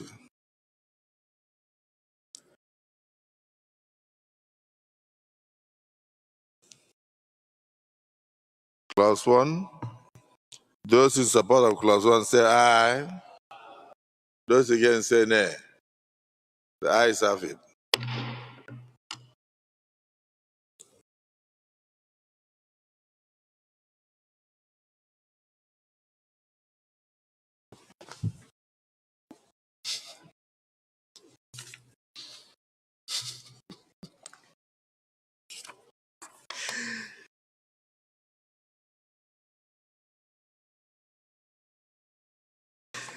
Those in favor that clauses 1, clauses 2, 3, 4, 5, and 6, 7, 8, 9, 10, stand parts of the bill, please say aye. Those against say nay. The ayes have it. Those in favor that clauses 10, 11, 12, 13, 14, 15, 16, 17, 18, and 19, 20 stand parts of the bills, please say aye. Those against say nay. The ayes have it. Those in favor that clauses 20 to 30 stand part of the bill, please say aye. Those against say nay. The ayes have it. Those in favor that clauses 30 to 40 stand part of the bill, please say aye. Those against say nay. The ayes have it. Those in favor that clauses 30 to 60 stand part of the bill, please say aye. Those against say nay. The ayes have it. Those in favor that clauses 61 to 90 stand part of the bill, please say aye. Those against say nay. The ayes have it. Those in favor that clauses 91 to 120 stand part of the bill, please say aye. Those against say nay. The ayes have it. Those in favor that clause 121 to 150 stand part of the bill, please say aye. Those against say nay. The ayes have it. Those in favor that clauses 151 to 180 stand part of the bill, please say aye. Those against say nay. The ayes have it. Those in favor that clauses 181 to 210 stand part of the bill, please say aye. Those against say nay. The ayes have it.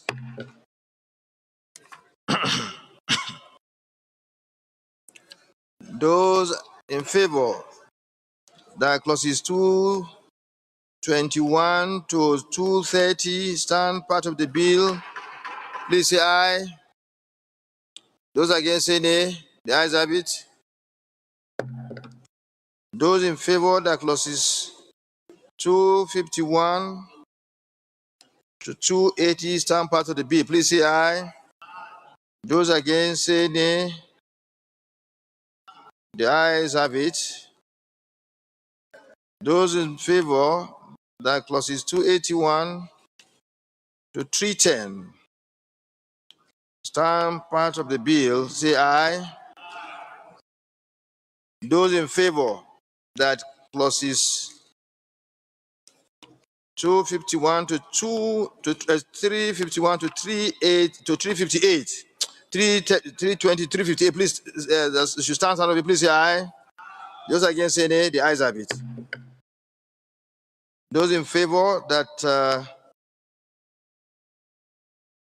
schedules 1 to 3 on page 270 to 286 stand part of the bill, please say aye. Those against say nay. The ayes have it.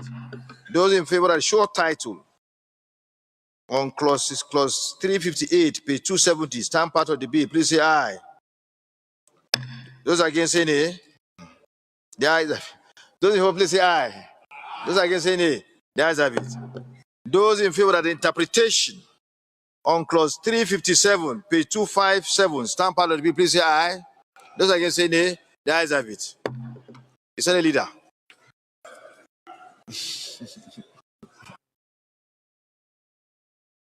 Thank you, Mr. President. And besides, if anybody has anything within the bill, excuse me, leader, if you have any observation that we have not touched, please let us know. Because in looking at the bill is bulky. If there's anything at all, we just want to be on the safe side. Okay, you can write on. Mr. President, sitting as chair, very distinguished colleagues, I rise to move that the Senate revert back to plenary to enable the chairman report progress. I so move. Minority Leader.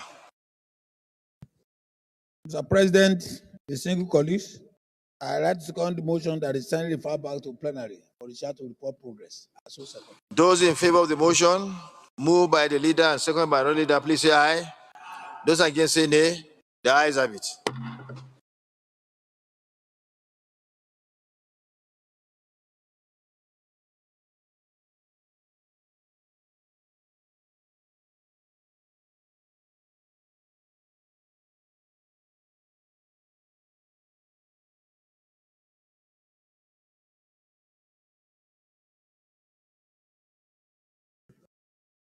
Report.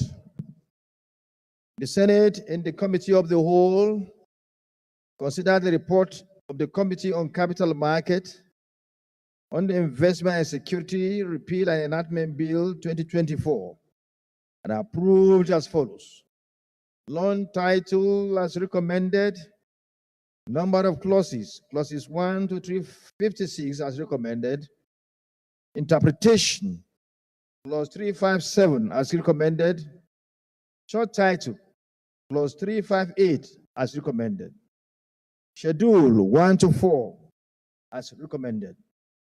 Explanatory memorandum, nil. Is this a true reflection of what transpired in the Committee of the Whole?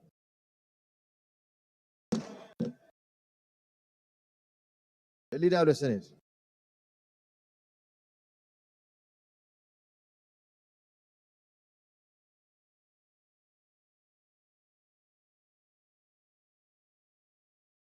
Thank you, Mr. President.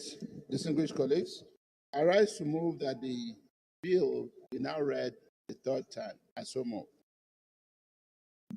The clerk. Sorry. Mr. President, distinguished colleagues, I want to second the motion moved by the Senate leader that this bill be read a third time. So, those in favor, okay, finish. Are you okay? Those in favor of the motion moved by the leader and second by the leader, please say aye. Those against, say nay. The ayes have it. The clerk of the Senate.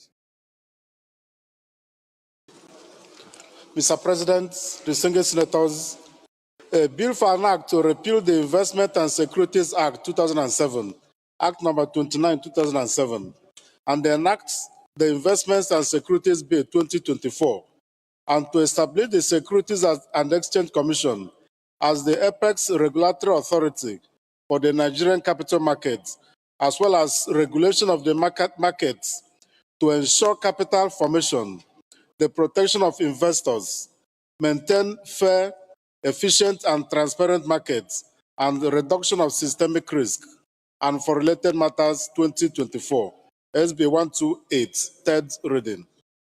A bill for an act to repeal the Investment and Securities Act 2007, Act number 29, 2007, and enact the Investments and Securities Bill 2024, and to establish the Securities and Exchange Commission as the apex regulatory authority for the Nigerian capital market, as well as regulation of the market to ensure capital formation, the protection of investors, maintain fair, efficient, and transparent market, and reduction of systemic risk and related matters, 2024, third reading, taken and passed.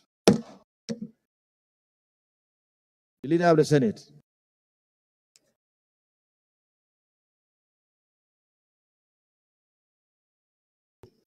Mr. President, very distinguished senators, the third order of the day is the presentation and consideration of the report of the Committee on Agriculture, Colleges, and Institutions on the Agricultural Research Council of Nigeria Act Amendment Bill 2024 SB 297. Distinguished senators will recall that the bill was referred to the committee on Thursday, 17th October 2024. Mr. President, may we to invite most distinguished senators Simon Bako Lalong, chairman of the committee, to move the motion for the presentation and consideration of the report. I therefore, based on, okay, well, going by this item, let me now yield the floor to Senator Simon Bako Lalong to proceed with his report.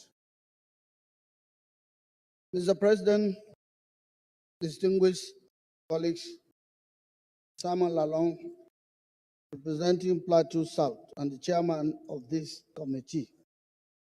Mr. President, I rise to move to present the report standing in my name on the order paper.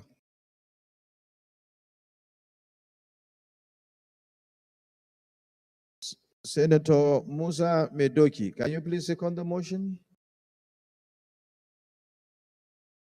Thank you, Mr. President.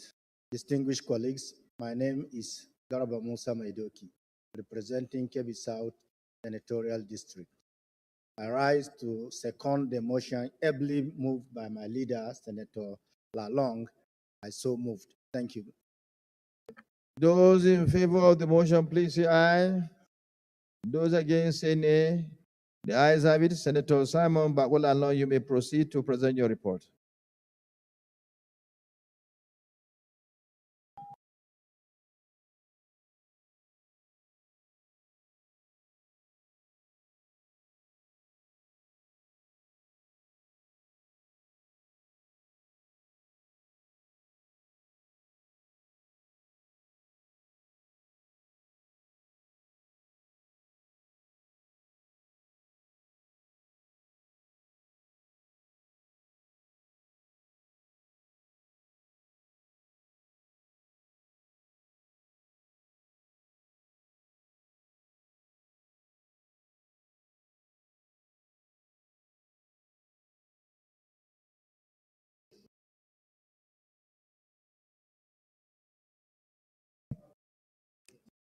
Mr. President, distinguished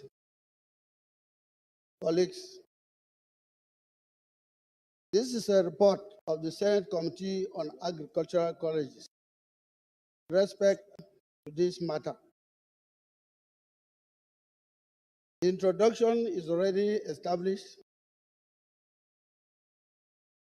This bill was presented by our colleague, distinguished Senator Diako Iyaro Anthony from Gombe South. The bill was very clear, very simple, and the content very comprehensive. And so, Mr. President, I will just move to the observations. One, that the intent of the bill is to establish Federal College of Agriculture and Animal Husbandry at Talase, Gombe State. Two, that the bill conforms to normative drafting standard. Everything was all right. And number three, that the establishment of the college will serve as an incentive to encourage agricultural practices in that area.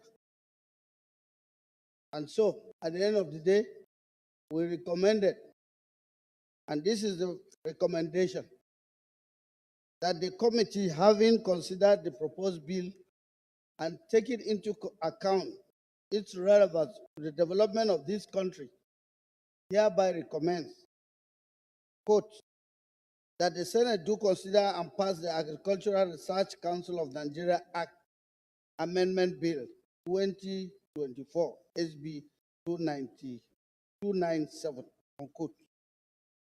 So we so move.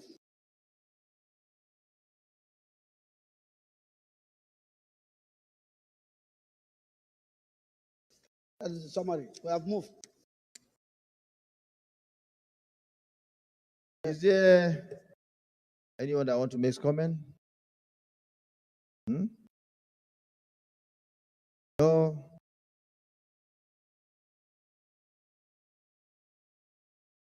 You have the floor.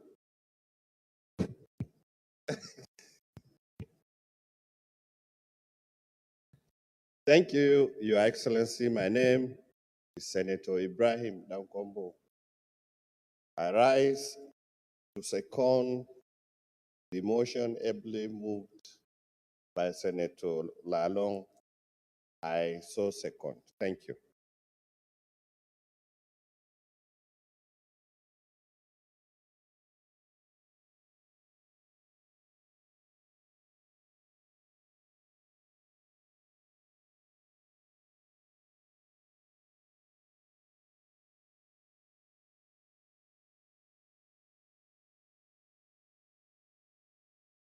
Senate Leader. Thank you, sir. Mr. President, I rise to move that the Senate now resolve to a committee of the whole for further consideration of this report. I so move. The Minority Leader. Mr. President, distinguished colleagues, I second the motion that the Senate resolves into the committee of the whole to further consider the bill. I so second. Those in favor of the motion, please say aye. Those against say nay. The ayes have it.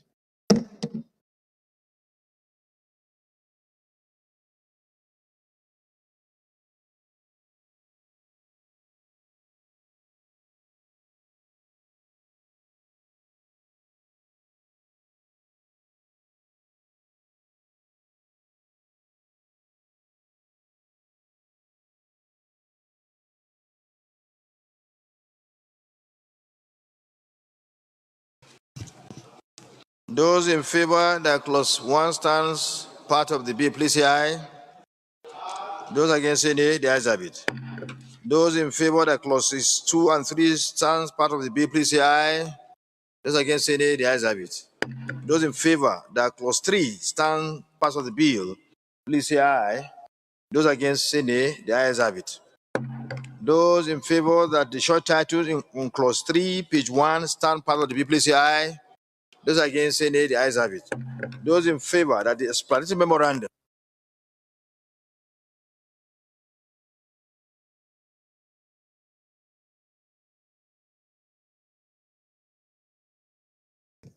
Mr. President, sitting as chair, very distinguished colleagues, I rise to move that the Senate reverse to plenary to enable the chairman to report progress. I so move.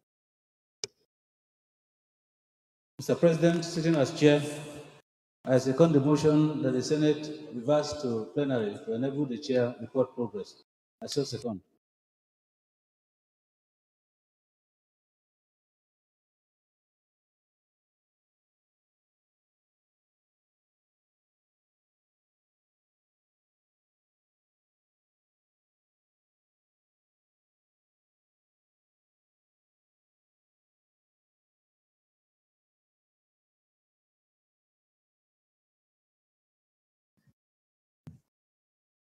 Report.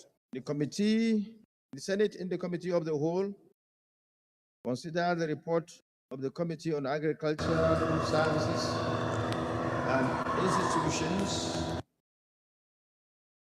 on the Agricultural Research Council of Nigeria Act Amendment Bill 2024 and approved as follows. Long title as recommended,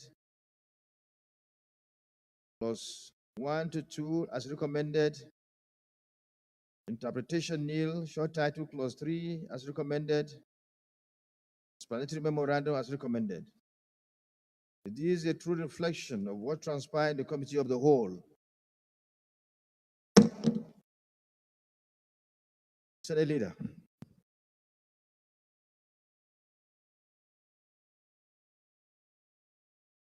Mr. President, very distinguished colleagues, I rise to move that the bill be now read the third time. I so move. The Minority Leader.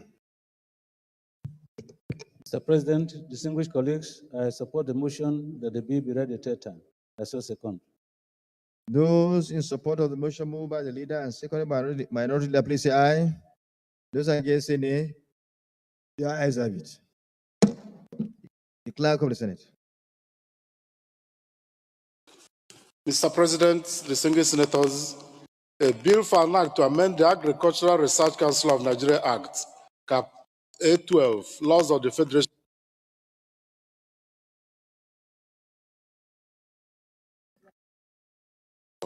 and Animal Husbandry, Talase, Gombe State, and for related matters 2024, SB 297, third reading. A bill for an act to amend the Agricultural Research Council of Nigeria Act Cap A 12 laws of the Federation of Nigeria 2004 to provide for the establishment of the Federal Colleges of Agriculture and Animal Husbandry, Tilasi, Gombe State, and for related matters 2024, third reading taken and passed. The bill, okay. The Senate Leader.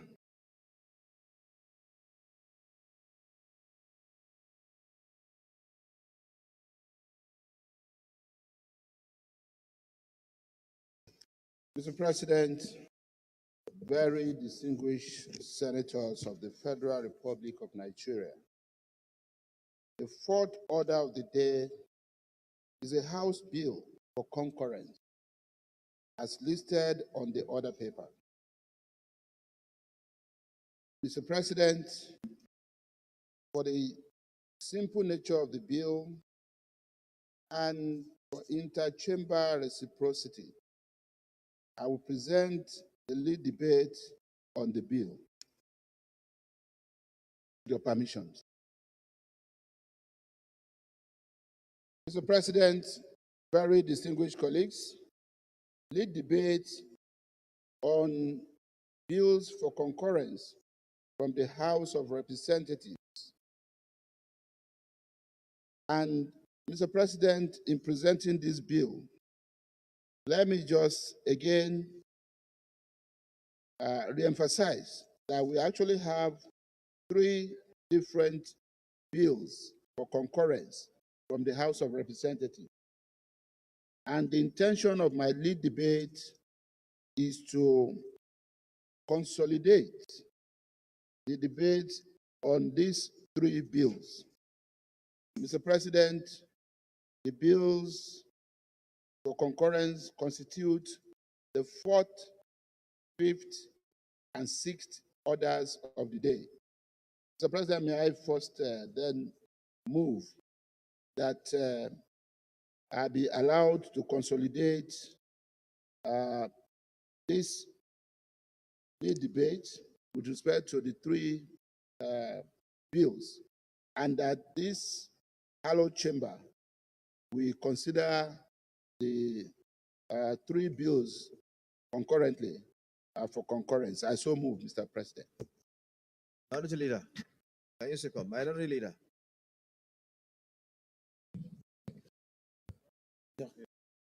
Mr. President, very distinguished colleagues, I like to second the motion as moved by the Senate Leader. I so second. Those in favor, please say aye. Those against, say nay. The ayes have it. Leader may proceed. Thank you, Mr. President. Again, lead debate on the bills for concurrence from the House of Representatives. The three bills that are before us for concurrence are: one, the Nigeria Port Economic Regulatory Agency Bill 2024 SB 1038. Two, the Maize Export Prohibition Bill 2024 HB 1509. And three, Federal University of Environmental and Technology Koroma Sakpenwa Tai Ogoni Establishment Bill 2024 HB 1040. The Nigerian Port Economic Regulatory Agency Bill 2024 HB 1038 was read for the first time in this hallowed chamber on Thursday, 18th July 2024. This bill seeks to repeal the Nigeria Shippers Council Act, Cap N138, Laws of the Federation of Nigeria 2004, and enact the Nigeria Port Economic Regulatory Agency Act to provide for economic regulation of port services. The objectives of this bill are to establish the Nigerian Port Economic Regulatory Agency as an economic regulatory authority, hereinafter referred to in this bill as the Agency for Port Services, hereinafter referred to in this bill as regulated services, and to set out the objectives, scope, functions, and powers of the agency. Also, to establish a regulatory framework for the effective and efficient economic regulation of regulated services and related activities for the control of tariffs, rates, and charges to guard against arbitrariness. Thirdly, to monitor compliance of regulated service providers and users in the regulated sector with the provisions of this bill and advise the government through the minister on matters related thereto. And 3, to promote the automation and digitalization of all cargo reception and handling processes and procedures. The Maize Export Prohibition Bill 2024 HB 1509 was read for the first time on Tuesday, 22nd October 2024. This seeks to prohibit the exportation of maize to address the ongoing food crisis in Nigeria. The Federal University of Environment and Technology, Koroma Sakwenwa Tai Ogoni, Establishment Bill 2024 HB 1040 was read for the first time on Thursday, 17th October 2024.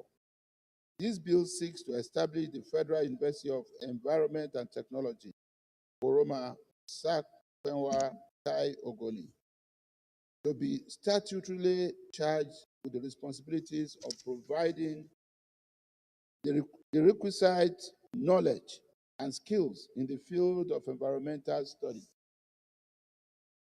technological manpower, and for related matters. Mr. President, my respected colleagues, these are straightforward and non-controversial bills, and they had gone through the necessary legislative process in the House of Representatives. I therefore urge you all to support the second reading of these bills as we refer them to the Committee of the Whole for clause-by-clause consideration. I thank you. Any comment?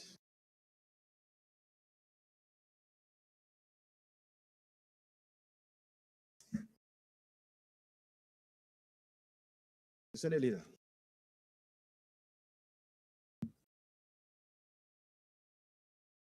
Committee of the Whole.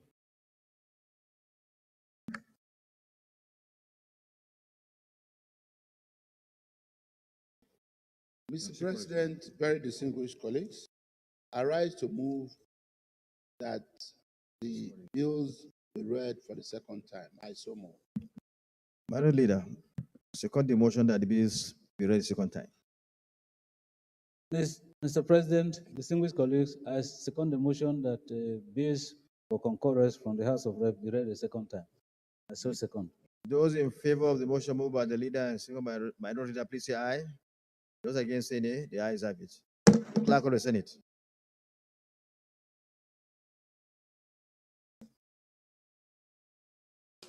Mr. President, distinguished senators, a bill for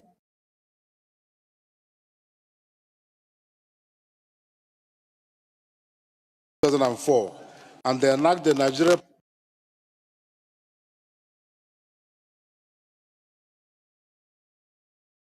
and for related matters 2024, HB 1038, second reading.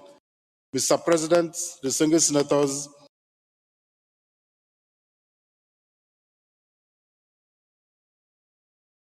quantities out of Nigeria and for related matters 2024, HB 1509, second reading.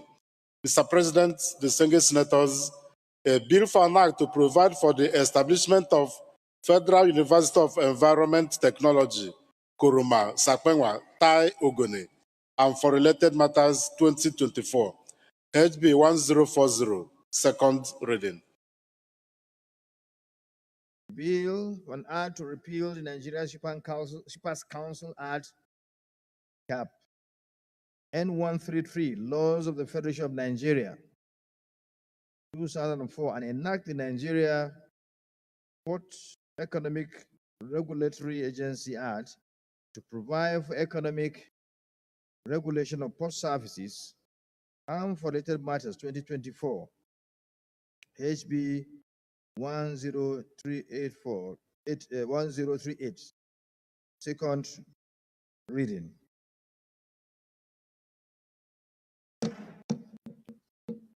a bill for an act to prohibit the exportation of maize or its derivatives in large commercial quantities out of Nigeria and for related matters, 2024, HB 1509. Second reading taken. C.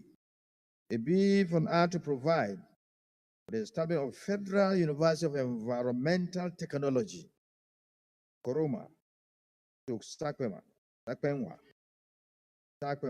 Tai Ogoni, and for related matters, 2024, HB 1040. Second reading taken.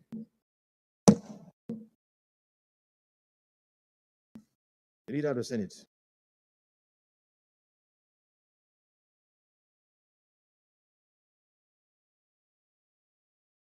Of the whole.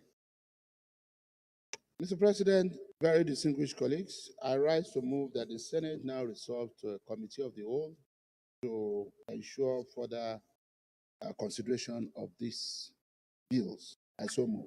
The Minority Leader.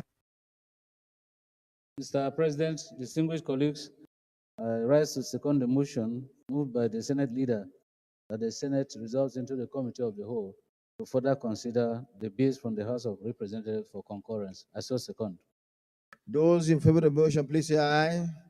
Those against, say nay. The ayes have it.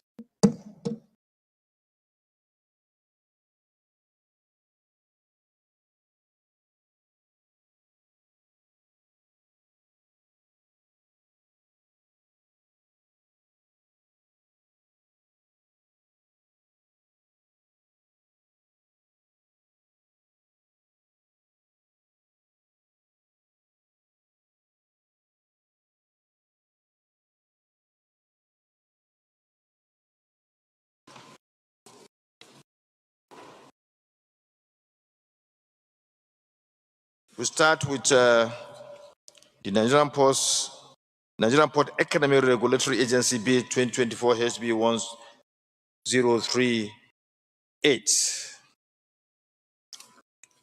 Those in favor that clauses 1 to 10 stand pass of the bill, please say aye. Those against, say nay. Ayes have it. Those in favor that clauses 11 to 20 stand part of the bill, please say aye. Those against, say nay. The ayes have it. Those in favor that clauses 21 to 30 stand part of the bill, please say aye. Those against, say nay. The ayes have it. Those in favor that clauses 31 to 40 stand part of the bill. Those in favor, please say aye, and those against, say nay. Those in favor, the ayes have it. Those in favor that clauses 41 to 50 stand part of the bill, please say aye. Those against, say nay. The ayes have it. Those in favor that clause 51 to 60 stand part of the bill, please say aye. Those against, say nay. The ayes have it. Those in favor that clauses 61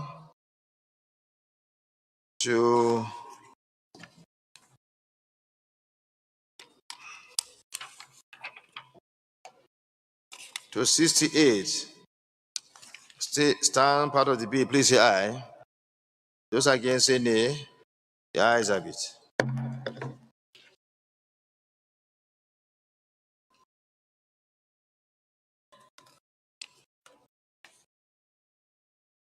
Those in favor that the short title, that the interpretation, clause 68, on page 87, stand part of the bill, please say aye. Those against, say nay. The ayes have it. Those in favor that clause 69 stand part of the bill, please say aye. That's the short title. Those against, say nay. The ayes have it. Those in favor that the schedule 1 on page 95 stand part of the bill, say aye. Those against, say nay. The ayes have it. Those in favor that the explanatory memorandum on page 102 stand part of the bill, please say aye. Those against say nay. The ayes have it. The leader of the Senate. Oh, sorry. The next is Maize Export Prohibition Bill 2024 HB 1509. Those in favor that clauses 1, 2, 3, and 4 stand part of the bill, please say aye. Those against say nay. The ayes have it. Those in favor that is short title on short title clause 4, page 1, stand part of the bill, please say aye. Those against. Okay, go ahead.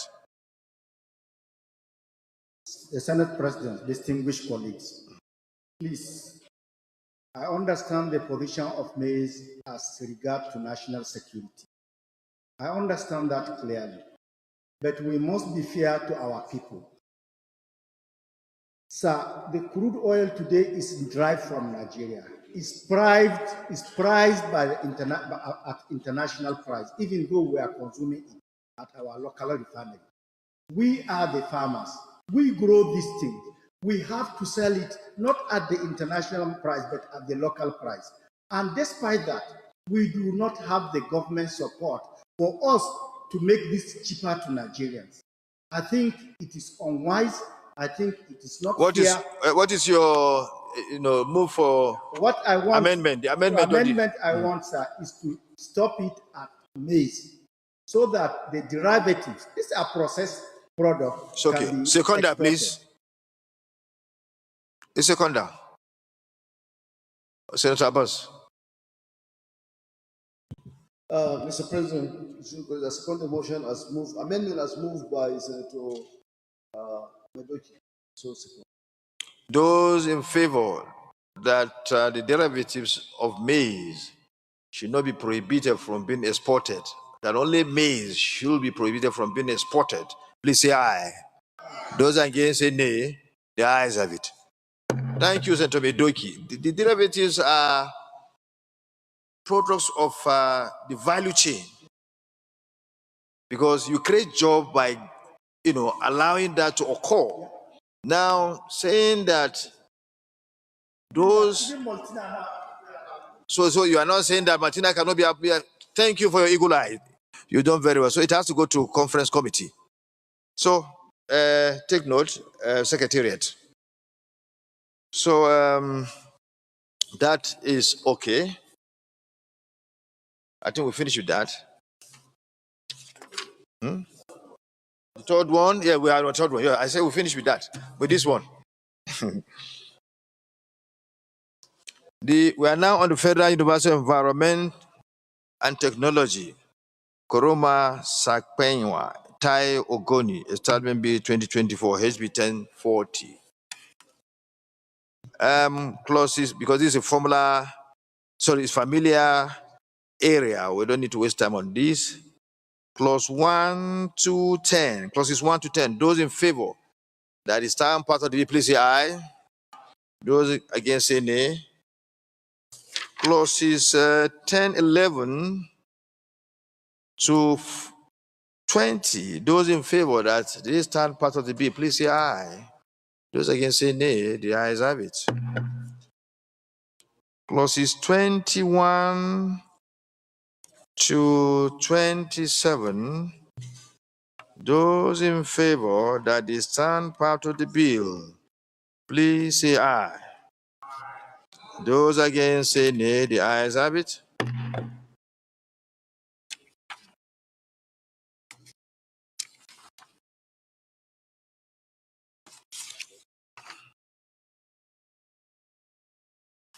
Those in favor that the interpretation, clause 27, page 19, stand part of the bill, please say aye. Those against say nay. The ayes have it. The short title, clause 28 on page 20, those that are in agreement that should stand part of the bill, please say aye. Those against say nay. The ayes have it. Schedules 1 to 3, page 21 to 27. Those in agreement that the issues stand part of the bill, please say aye. Those against say nay. The ayes have it. The explanatory memorandum, page 37. Those in agreement that that stands part of the bill, please say aye. Those against say nay. The ayes have it. Leader of Senate.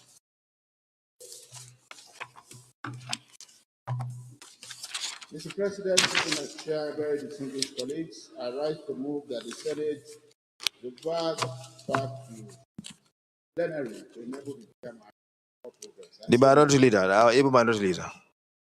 After our able leader has moved, so let's hear from our able minority leader. Mr. President, sitting as chair, distinguished colleagues, I second the motion that the Senate reverse to plenary to enable the chair report progress.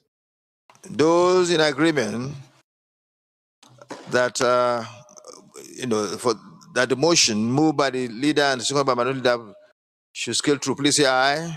Those against say nay. The ayes have it.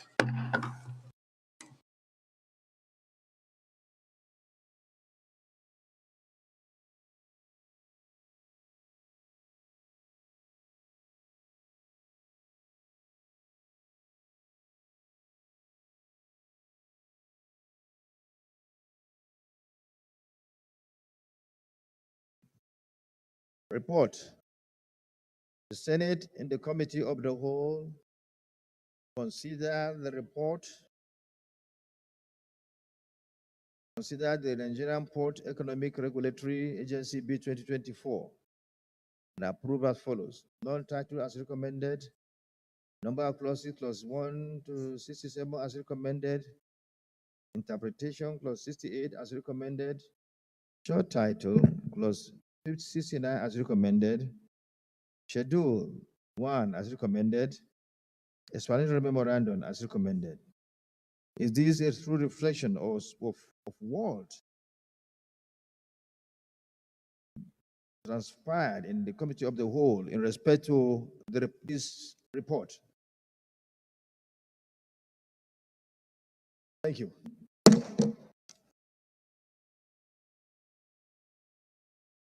Another report. The Senate and the Committee of the Whole considered the Maize Export Prohibition Bill 2024 and approve as follows. Long title as recommended. Number of clauses, clause 1 as recommended, clause 2, 3 as recommended. Short title, clause 4 as recommended. Explanatory memorandum as amended. Is this a true reflection of what transpired in the Committee of the Whole in respect of the report?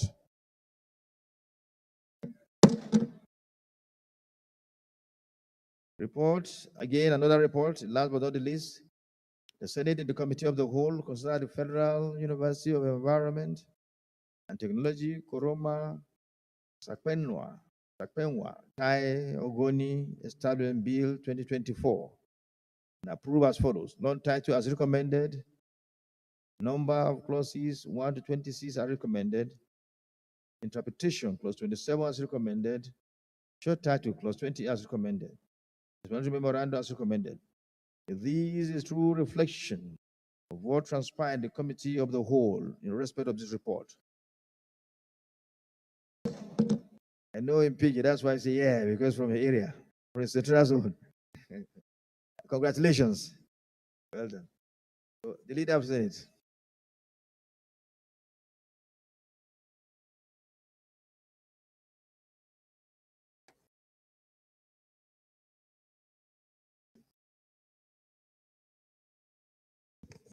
Mr. President, very distinguished colleagues, I rise to move that these bills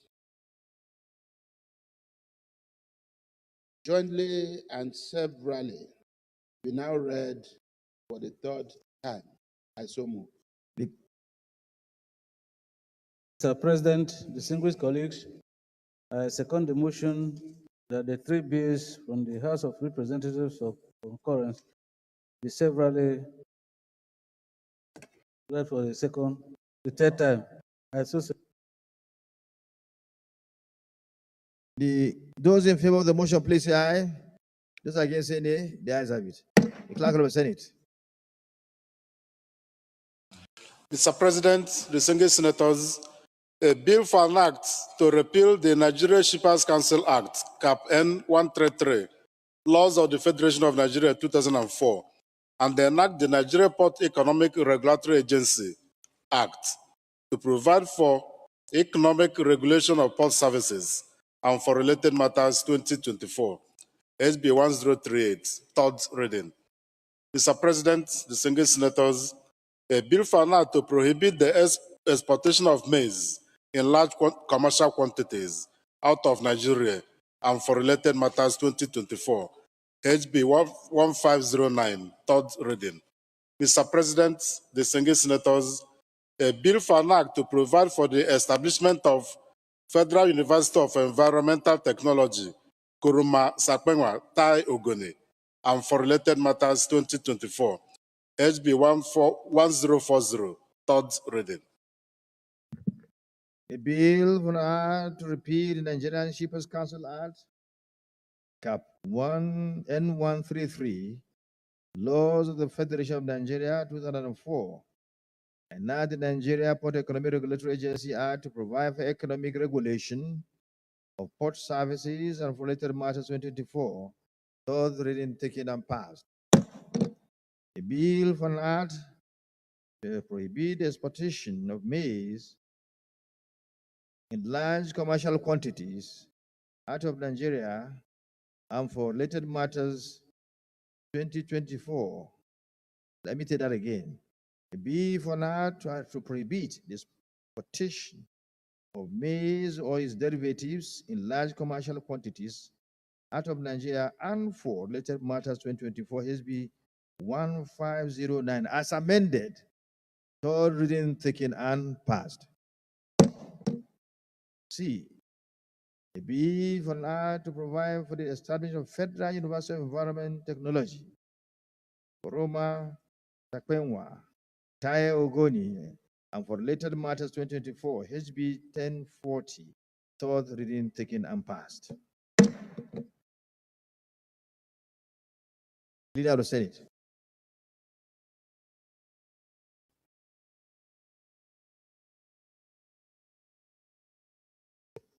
Thank you, Mr. President, and very distinguished colleagues.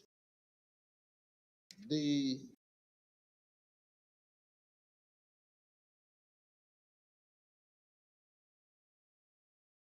fifth and last order of the day is a motion standing in the name of most distinguished Senator Buhari Abdul Fatai, Chairman of the Senate Committee on Aviation, on the incessant delay and cancelled flight by airline operators in Nigeria. Mr. President, you may wish to invite most distinguished Senator Buhari Abdul Fatai to move the motion. Senator Buhari Abdul Fatai, the Buhari of the Senate. You have the floor. Thank you, Mr. President. Buhari Abdul Fatai, or not. Mr. President, the motion is incessant delayed and cancelled flight by airline operation in Nigeria. Mr. President, the Senate note from series of reportage from both the print and electronic media, as well as the social media in the country, the incessant delay and cancellation of flight by airline operator in Nigeria, which ceaselessly seem to be increased in recent time.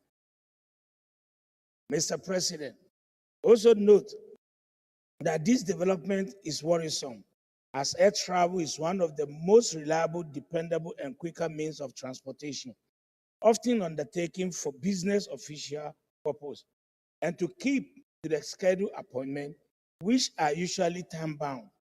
Therefore, unwarranted flight delay and cancellation will be counterproductive to the social economic growth and development of this country.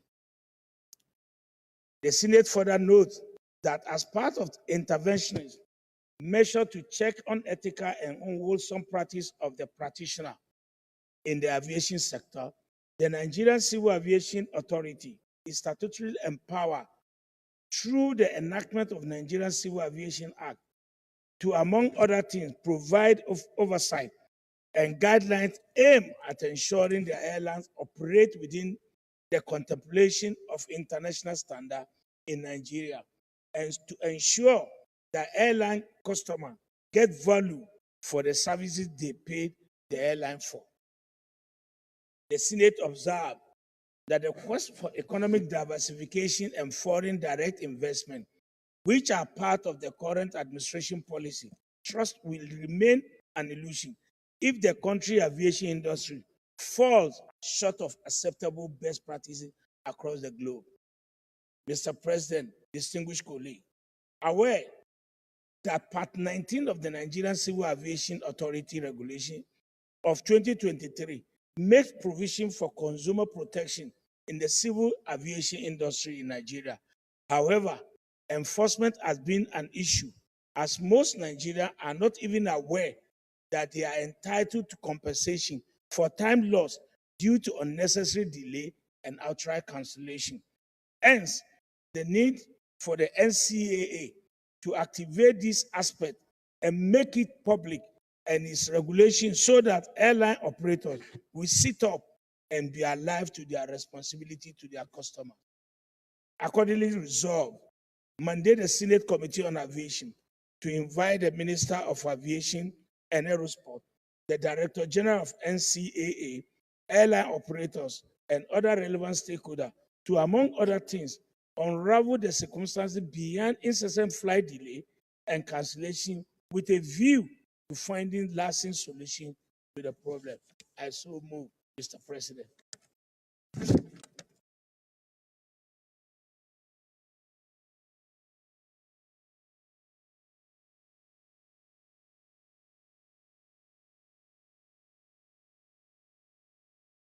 Okay, sorry, who is doing?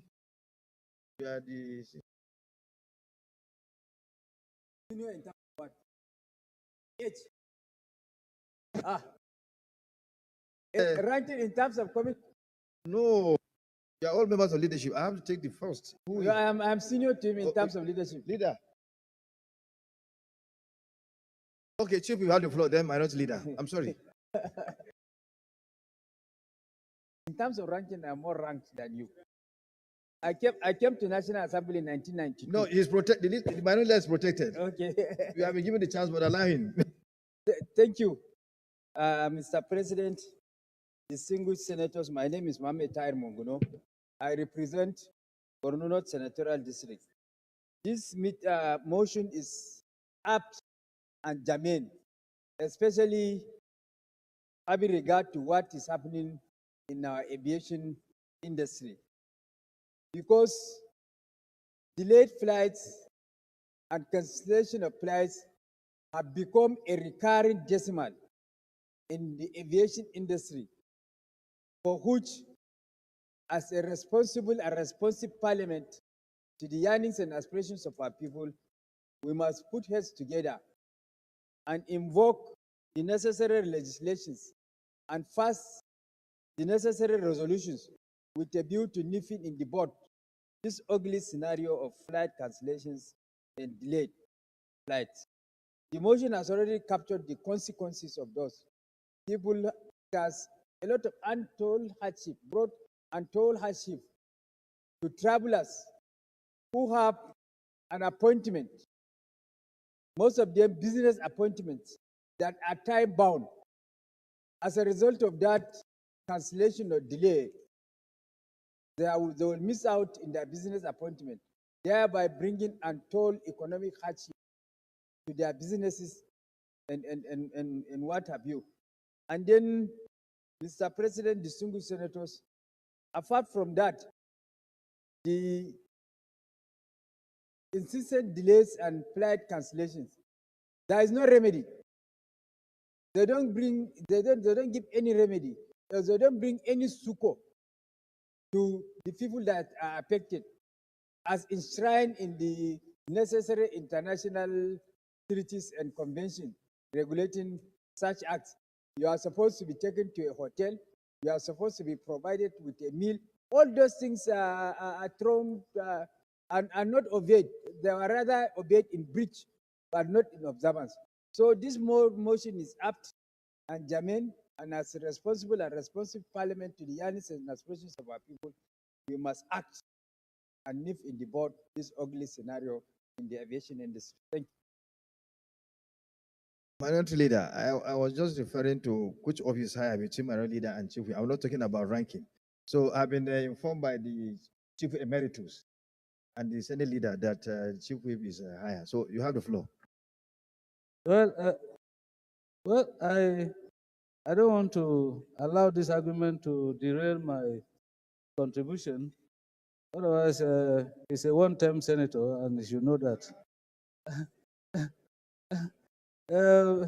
Mr. President, distinguished colleagues, quite frankly, I wanted to second this motion to underscore the seriousness with which I see this motion brought by the only Buhari in the Senate. Mr. President, let me share this single experience. That on a particular day, I was at the airport traveling to Akure, and I saw some of my colleagues and other travelers who had come to the airport the previous day by 2 o'clock. And by 3 o'clock, they had not gotten a flight. And they were there. They confessed to sleeping at the airport. Nigerian airports are the only airports in the whole wide world where your flights are delayed without any explanation, without any apology. Your flights are cancelled without any apologies, without any announcement. And so I think that it is high time we take very stern stance on some of these issues, because it throws up the problem of our regulatory agencies. Mr. President, you will recall that even in the 9th Senate, I brought a motion on the arbitrary billings by DSTV on Nigerians. I also brought a bill on the arbitrary deductions on accounts of customers by commercial banks. All these institutions have regulatory agencies, but they do not do anything. They do not do anything. And so the motion by my colleague here actually has thrown up the fierce urgency of the need for this Senate to take a very serious position on this matter. Because apart from the transactional effect of these delays, a businessman, for instance, who had a business meeting in Lagos, will come to Abuja here, I will not be able to find flight to go back to Abuja, to Lagos. You know what that loss can be? Even in government activities, the government officials that wants to travel to Lagos to represent this government at any level of business or program will get delayed in this place until that event is overtaken. Even health, if you have reason to travel out of one place to the other and you get unnecessary delayed and your flight cancelled, God forbid, it is possible to lead to death as a result of that negligence. So I think, Mr. President, that in supporting this motion, I want to say that at least for this matter and other related matters, our compliance committee must ensure that whatever resolutions that we arrive at here is complied with by this agency. Because these organizations or service providers are taking Nigerians and Nigeria for a ride. And they're making Nigeria a laughing stock. Because it's not only Nigerians who are resilient that are applying these rules. Foreigners are here. They experience the same thing. And it makes Nigeria look like a different country from other countries of the world. And so, Mr. President, I completely support this motion. And I urge my colleagues to support the motion and ensure that whatever resolutions the Senate arrives at here are complied with. Thank you very much, Mr. President. Will yield the floor to Chief Emeritus for 2 minutes because the time is about to, it's not fair. I mean, Thank you, Mr. It's not in President. our favor. Then, of course, we have Senator Victor Ome and Mpigi. Thank you, Mr. President. And supporting the bill, I urge my colleagues, the motion, sorry, for the airlines, because you see, most of the airlines are keeping passengers without caring about their welfare. In international agreement about airlines, if you keep any passenger, delayed any passenger, it's either you feed him or you find alternative way of transporting him. Because Nigerian airlines are not even caring to say if they will put the passengers in another airplane leaving at that moment. They don't care about this thing. So this motion that brought by Senator Buhari of the Senate is very germane, and it's the right time that airlines should start taking their passengers very serious, because international passengers who are transferring to other cities are just looking at Nigeria as jokers.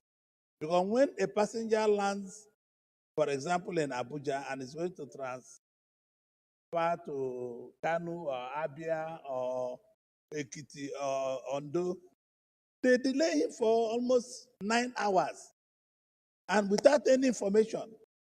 So, Mr. President, I think it's not a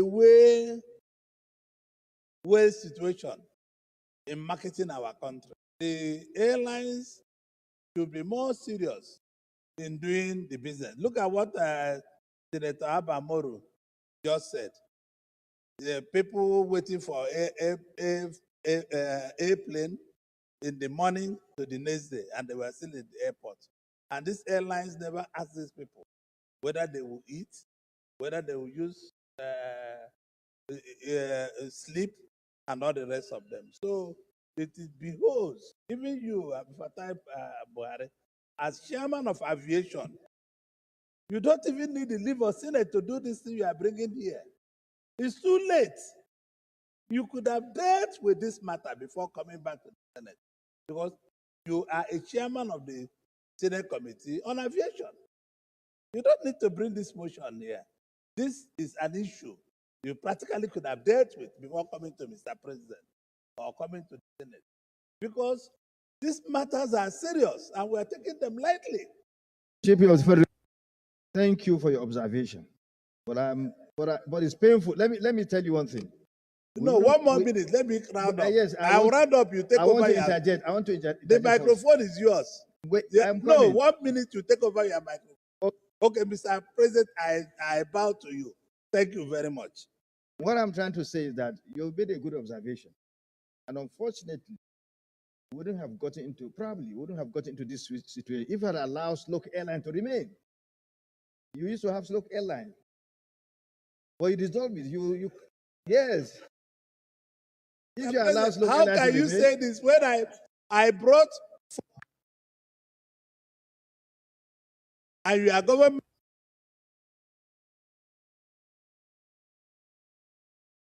government canceled the airline, canceled the license? It's only Nigeria that I can see government looking for business, canceling licenses of businesses. Is it not abomination? It is something you cannot hear for. If you are looking to employ Nigerians and government are busy canceling licenses of banks, canceling licenses of private banks, canceling licenses of private airlines, it's not hard for anywhere in the world. It's only in Nigeria that these things happen. So, Mr. President, I'm even afraid of doing any business I have to do with licensing, because it's not the right thing to do.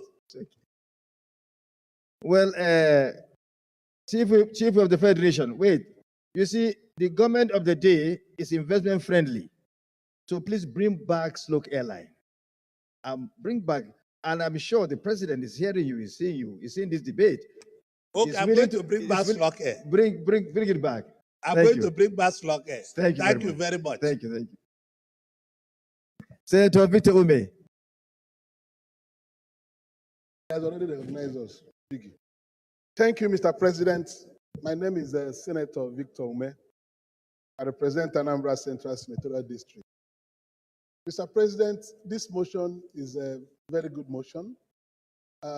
We all have experienced delays and cancellation of flights in Nigeria. And it's not a comfortable situation, in any country where these things happen. But Mr. President, I want to situate the conditions and the operating environment for our airline operators in Nigeria. I have had cause to discuss with some of the operators why these incessant delays and all that. And they raised a lot of issues, some of them bordering on the cost of their operations. The cost of their operations. Because of the fluctuation in the dollar and the things they need to run their services, is very, very patriotic for some of these airlines to still remain in operation in Nigeria. So we have to acknowledge that the situation has been very difficult for them, and they have continued to put their aircrafts on the air to move people around the country. I have listened to the Honorable Minister for Aviation. He is somebody who is on top of this situation. He has been encouraging these airlines, negotiating a lot of things for them, and giving them actually pass mark that they are doing well. In as much as it's very discomforting for flights to be delayed and sometimes canceled, we have to take into account the challenges these airlines face in Nigeria to remain in the skies, to carry people around. So this prayer is very good for them to interface with the Honorable Minister of Aviation, who understands their predicaments significantly. You have 2 seconds. 2 seconds. Significantly, most of the airlines have improved. There was a time it was very bad. But today, if you are not on time at the airport, you will miss your flight. So it's going on. There's no point mentioning the airlines. Thank you. But I do their best. And let's acknowledge they are making much sacrifice to be able to operate as airlines in this country. So we yield the floor to Senator Mpigi, then to Senator Abbas, then to Senator Austin Akombo. 2 minutes so that we can come. Thank you, Mr. President. Distinguished colleagues, Mpigi Baranada, I represent the people of Rivers Southeast. Mr. President, I want to thank the mover of this motion, but on 2 hands. One is going to argue, and the other one is to also support. In as much as we support the mover of this motion, Mr. President, the passengers' right and safety is something that is of considerable nature. We also have to look at the economic importance of why if flights are being canceled. The other one that we have to also think about is the regulatory system, which sometimes affects what is happening, and the infrastructures. Now, on the other side, Mr. President, the issue of weather is natural. So most of these airlines, they try to play safety. Most of our flight cancellations and delay are due to weather. What happens again in terms of our infrastructures? Most of the airports don't have necessary infrastructure. Is it the airline? Is it on Nigeria alone? So we have to look at the global practice. What happened in this area? For instance, in America of recent, they've agreed, despite the weather, there must be reasonable time given to passengers about cancellation. So if we look at all those ones, Mr. President, I think we can harness with the committee and try to do a reasonable work, both for the airline and for the passengers. Thank you, Mr. President. Thank you very much, Senator Abbas, then Senator Austin. Mr. President, distinguished colleagues, my name is Amin Abbas, Adamawa Central. Mr. President, I want to support this motion and also contribute my own in addition to what other senators contributed, Mr. President. Now, I want to disagree with the last speaker on this, because it is only in Nigeria, Mr. President, that you miss your flight, you pay no show. You open your ticket, you pay money for not coming.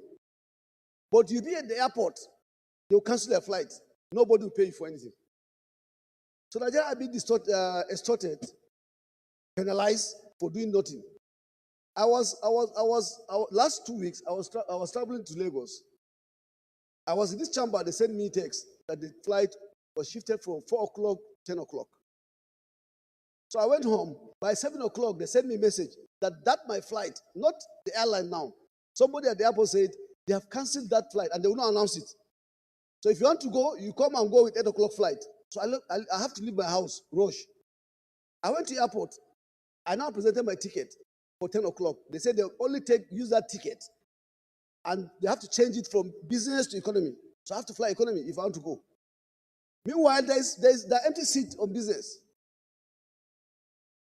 So they penalized me for doing nothing. I paid for business, but I have to fly economy. And they didn't announce cancellation of that flight. And I know about 2-3 senators missed their flight because they went, no announcement. And if they don't use that ticket, they have to pay money again. So Nigerians are suffering for that. And I think the first thing we'll do is to ensure that there's penalty for canceling flight, because you pay money if you didn't show. So why would they cancel flight unnecessarily and without paying anybody? The first thing we recommend is we have to add it that airlines must pay Nigerians. If not, there will be no seriousness on their part. I so submit. Senator Austin Okobondo. Thank you, Mr. President. I remain Austin Okobondo, Abia Central Senatorial District. Your Excellency, please, I support this motion ably moved by my chairman, Senator Buhari Abdul Fatai.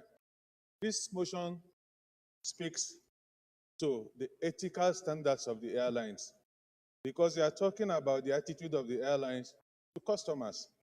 On the flip side, there is need also to look at the challenges like some of the senators have said. And looking at the prayer and the number of agencies invited to meet with the committee, I think this will provide a solid platform to engage with the agencies as to what the challenges of the airlines are, and also use the opportunity to insist that customers must be properly treated, because customers' rights and protection must be enforced. So this avenue will definitely provide an opportunity to engage with them and know actually what the problems are. So we're talking about striking a balance between the services of the airlines and also the challenges they face vis-a-vis how the customers are treated. Thank you, Your Excellency, for the opportunity given. Thank you, Senator Austin. I think I should, Senator Yunus, then Senator Osita, and then the last was only Senator Adam Oshimole. But we have just 6 minutes to go. 1 minute. So one minute, please. Thank you, Mr. President. My name remains Yunus Akitunde, Oyo Central. I stand to contribute and support the motion as presented to us by the Chairman, Senate Committee on Aviation. It's true that we know that there are problems with most of the airlines. But I wish to object to the submission of the minority leader that it's only in Nigeria that they delay flights. It's not only in Nigeria. There could be a combination of factors for airlines to delay their flight. And that doesn't happen only in Nigeria. Only that emphasize the point raised by Senator Aminu. The law is very much one-sided. If for whatever reason they delay your flight or they cancel your flight, you have no penalty to pay. But if for whatever reason you are late by a minute or you have to reopen your ticket, you pay multiple times to make use of that ticket. Finally, Mr. President, I think as submitted by His Excellency, this issue being discussed here should have been handled by the committee themselves. The Nigeria Civil Aviation Authority is there to regulate the airline. the Senate Committee on Aviation have oversight rights on that agency. And most Nigerians will appreciate it if the Senate can now mandate the committee as requested. But instead of inviting people to this chamber to work on the regulatory body and make sure that customers get their due for their payment. Thank you very much. Senator Osita, you have 1 minute because we have just 3 minutes to go. Then we can yield the floor, to Senator Adam Oshomole. Thank you, Mr. President. My name is Osita Ezuna, so I represent Imo West. Well, I just want to contribute to this motion, not necessarily because I'm in total support of the motion. The reason is that no airline operator will delay flight or cancel flight without sufficient reasons. There are so many reasons why flights are delayed and canceled.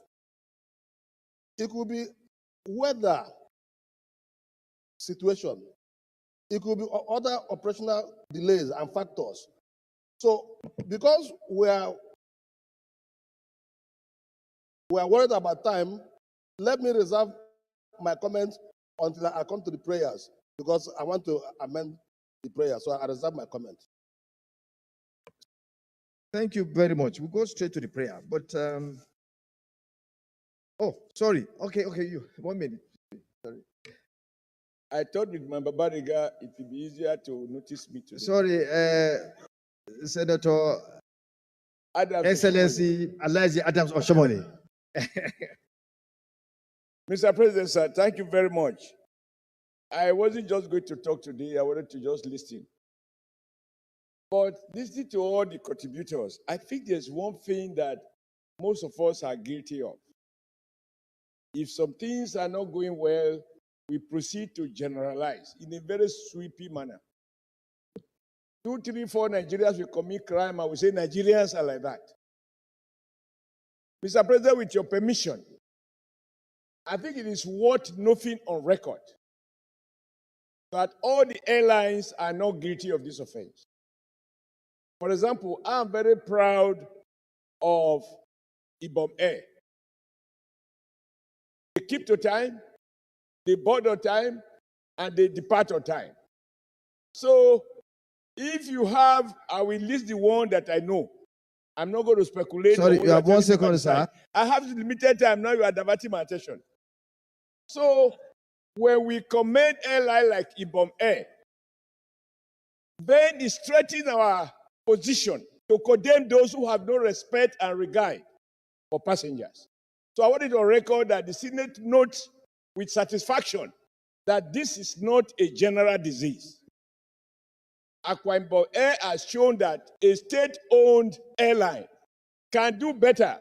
And if you see Value Jet, since I hear you have shares there, I added this one just to stop the heckling around. Well, time is off because the Senate time is... Let me just conclude.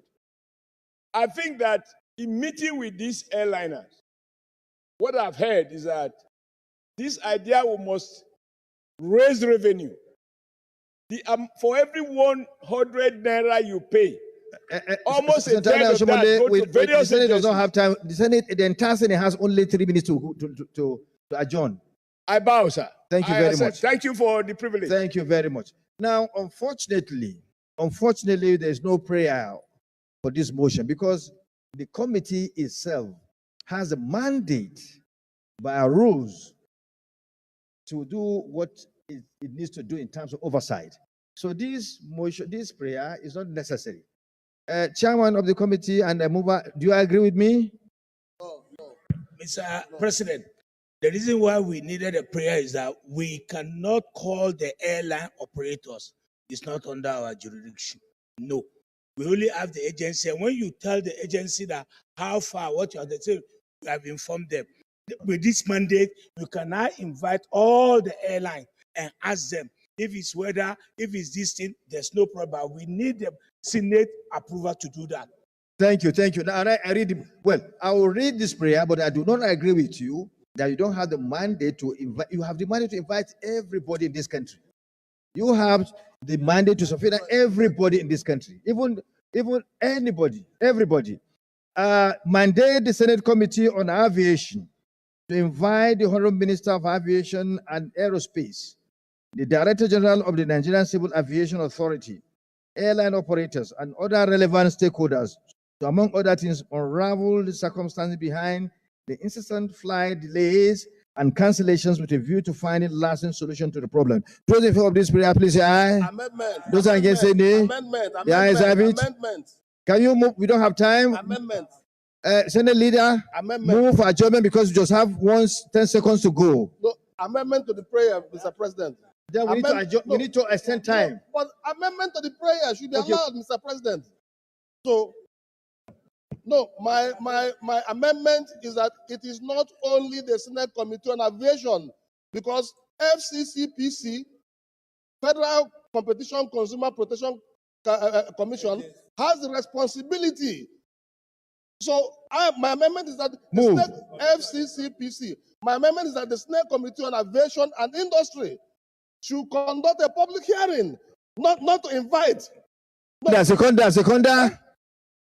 Seconder. No seconder. It fails. There's a seconder. There's a seconder. Okay, second. Yes. Second. I'm Senator Friday Benson. I hereby second the motion. Those in favor of the motion, please, the amendment, please say aye. Those against say nay. The nays have it. Motion for adjournment. Thank you, Mr. President. Very distinguished colleagues. I rise to move that the Senate now adjourn till Thursday, the 5th day of November 2024. I so move. Minority Leader. Mr. President, distinguished colleagues, I second the motion that this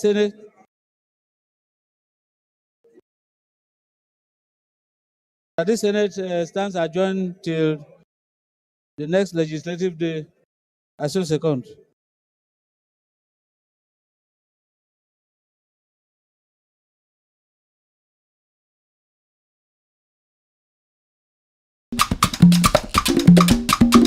La la la.